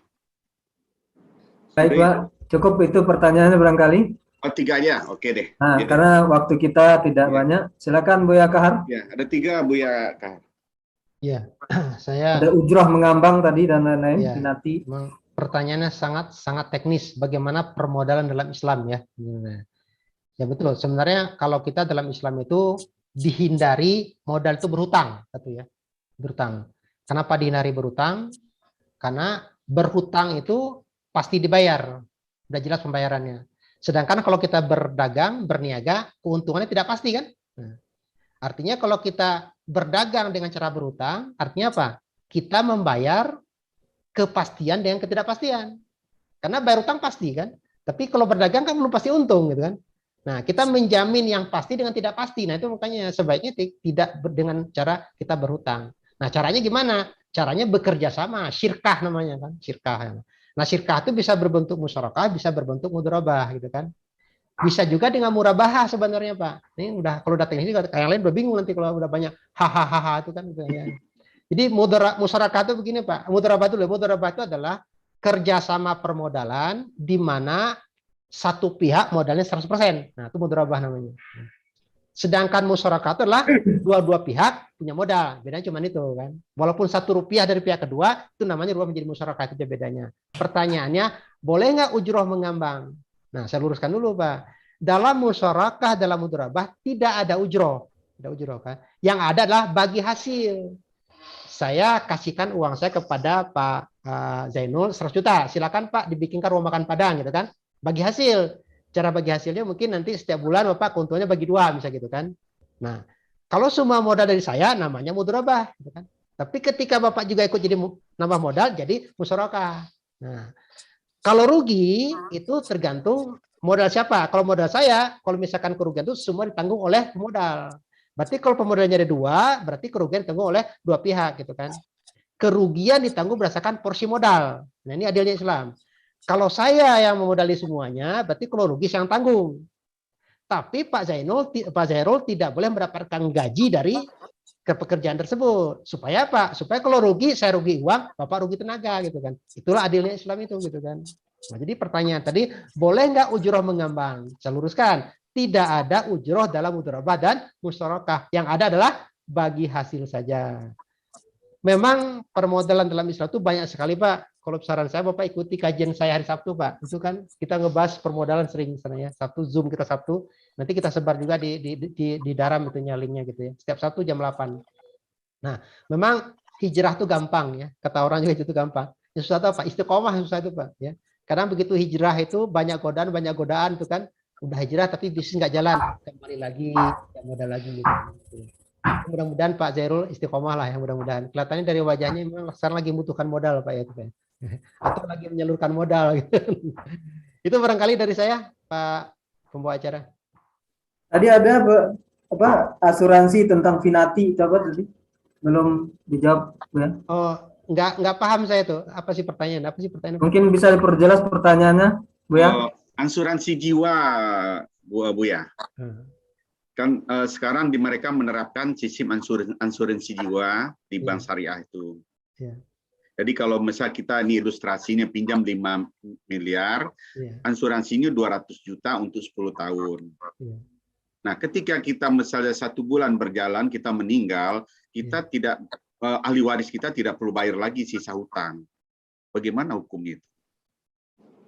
Kalau itu asuransi syariah, ikuti saja Pak. Kalau itu asuransi syariah. Nanti kalau misalkan saya bahas teknis detailnya, nanti kan ada beberapa hal yang teknis harus kita bahas. Mungkin waktunya nggak cukup, Pak. Tapi sementara saya katakan bahwa selama itu syariah, ikuti saja. Toh sudah ada DPS-nya, Pak, dia yang tanggung jawab itu kan. Dia yang mikul dosanya itu kan. Ada dewan pengawas syariahnya gitu kan. Tapi nanti di kajian Sabtu biasa bahas tuh bagaimana hukum asuransi, Pak. Perlu waktu lagi nih, Buya Elva, untuk hal-hal gini. Makasih, Buya Kahar. Yo, sama-sama, Pak. Iya. Baik, peserta Zoom yang saya hormati. Ada itu Ibu Asmaini itu tadi nunjuk. Kenapa ya? Ada tadi Ibu Asmaini yang tadi nunjuk ya. Asmaini. Ya. Oh, Ibu Asmaini mau bertanya masih? Silakan Bu, silakan. Tapi ini terakhir ya, coba kita yang lain. Alhamdulillahirrahmanirrahim. Assalamualaikum warahmatullahi wabarakatuh.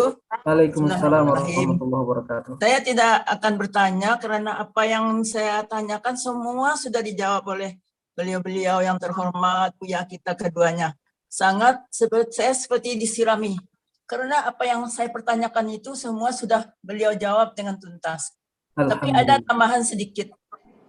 Ada seorang ulama itu pas dengan tegas mengatakan tidak bisa syariah diterapkan di Indonesia. Kemudian saya, loh kok seorang ulama bisa begitu? Makanya saya setuju dengan adanya edukasi yang lebih gitu, yang lebih setiap ada dakwah, dai-dai, ulama-ulama selalulah sampaikan hal-hal yang demikian. Itu didengar oleh Zoom yang 1.000 orang, bayangkan 1.000 orang mengangguk-angguk dengan khotbah beliau. Saya jadi, bagaimana ini cara mengatakannya? Sedangkan kita bukan siapa-siapa ya. Jadi saya terima kasih pada guru kita yang sudah memberikan pencerahan yang luar biasa dengan ya yang tadinya gelap sudah terang gitu ya. Alhamdulillah. Padahal semua kita tahu di Al-Quran kan Allah menghalalkan jual beli, mengharamkan riba. Itu aja udah selesai, itu udah titik. Tapi beliau dengan tegas berulang-ulang mengatakan, saya jadi panik gitu ya mendengarnya itu. Tapi sekarang saya seperti disiramin air sejuk gitu ya setelah mendengarkan pelajaran dari guru-guru ini. Terima kasih banyak Buya dengan pencerahannya. Mudah-mudahan bisa diamalkan. Hanya sekian dari saya. Baik, Bu. Assalamualaikum warahmatullahi wabarakatuh. Waalaikumsalam warahmatullahi wabarakatuh. Closing statement dari Ketua Umum, silakan. Assalamualaikum warahmatullahi wabarakatuh. Waalaikumsalam warahmatullahi wabarakatuh. Alhamdulillah pada pagi ini kajian kita begitu mantap dan semoga bermanfaat untuk kita semuanya. Amin. Dan bisa merubah ekonomi Indonesia masa depan. Insya Allah seluruh yang ditanyakan, yang dijawab, yang dijabarkan oleh buya-buya kita tadi, saya catat. Pertama, dan Allah akan lebih fokus untuk mengajak umat kepada ekonomi syariah. Dan hari ini ada juga ketua ekonomi syariahnya, Pak Zairul, dan ada sekretarisnya, Buya Harun Ar-Rasyid. Mari ke depan kita duduk bersama untuk dalam penggerak ekonomi syariah untuk umat Islam Indonesia ini. Insya Allah, ya insya Allah dalam akan bergerak insya Allah. Itu yang pertama. Yang kedua, dalam juga akan insya Allah akan bisa menggerakkan ekonomi syariah berbasis masjid. Nah ini perlu kita duduk bersama. Bagaimana teknis ke depannya? Yang intinya adalah insya Allah atas masukan-masukan tadi, dalam akan duduk bersama dengan timnya, dengan pengurus-pengurusnya untuk mengkaji bagaimana teknisnya agar dalam itu bisa menjadi motor untuk ekonomi syariah Indonesia ini. Insya Allah. Itu yang pertama. Ya, ya Bu Zairul ya. Insyaallah Buya. Ya, Buya Zirul, Buya Fikri Bareno, Buya Zulfadli, ini juga orang ekonomi syariah juga semua ini. Alhamdulillah, di dalam baik di DPP, baik di DPW, bahkan di DPLS sudah banyak yang pakar ekonomi syariah insyaallah. Bahkan kita punya Dewan Pakar Ekonomi Syariah, Buya Erwandi kan. Nah, untuk itu dengan masukan-masukan tadi semoga ke depannya dan bisa sebagai penggerak atau motor dari ekonomi syariah ini, baik secara nasional ataupun berbasiskan masjid. Itu yang pertama. Yang kedua, terima kasih banyak kepada Pak Buya Fikri Bareno, Buya Kahar, dan buya-buya yang lain, Bapak Ibu semua yang telah ikut menyemarakkan kajian ini. Yang mudah-mudahan ke depannya bisa ditingkatkan kajian ini lebih bagus lagi. Terima kasih juga kepada MC kita, Ustadz Ade Al-Munir, yang telah memimpin acara ini. Mudah-mudahan semua kita tercatat sebagai hamba, sebagai mujahid-mujahidnya. Amin. Amin. Terima kasih banyak. Jazakumullah khairan. Assalamualaikum warahmatullahi wabarakatuh. Waalaikumsalam warahmatullahi wabarakatuh. Segera kita tutup Zoom kita pada pagi hari ini. Saya Ade Al-Munir Rai mengucapkan mohon maaf atas kekhilafan dan kesalahan dan kekurang tepatan dalam membawakan acara. Jazakumullahu ahsanul jaza. Subhanakallahumma bihamdika nashhadu an la ilaha illa anta astaghfiruka wa atubu ilaik. Wassalamualaikum warahmatullahi wabarakatuh. Waalaikumsalam warahmatullahi wabarakatuh. Terima kasih Buya Fikri. Ya, sampai jumpa berikutnya ya, insyaallah. Ya. Oh, Pak Zairul ternyata ekonomi syariah di pusat ya. Banyak, mau belajar banyak. Berarti saya mau tunjuk ke Pak Zairul berarti ke pusat. Ya, anggota Azmi. Ya. Ustaz, Dr. Mastur, Ustaz Milus. Assalamualaikum. Pamit. Saya Bareno. Ada juga nih, yang pakar Dewan Penasihat kita, Profesor Armai Ari juga ada nih saya lihat nih. Terima kasih. Profesor Armai Ari.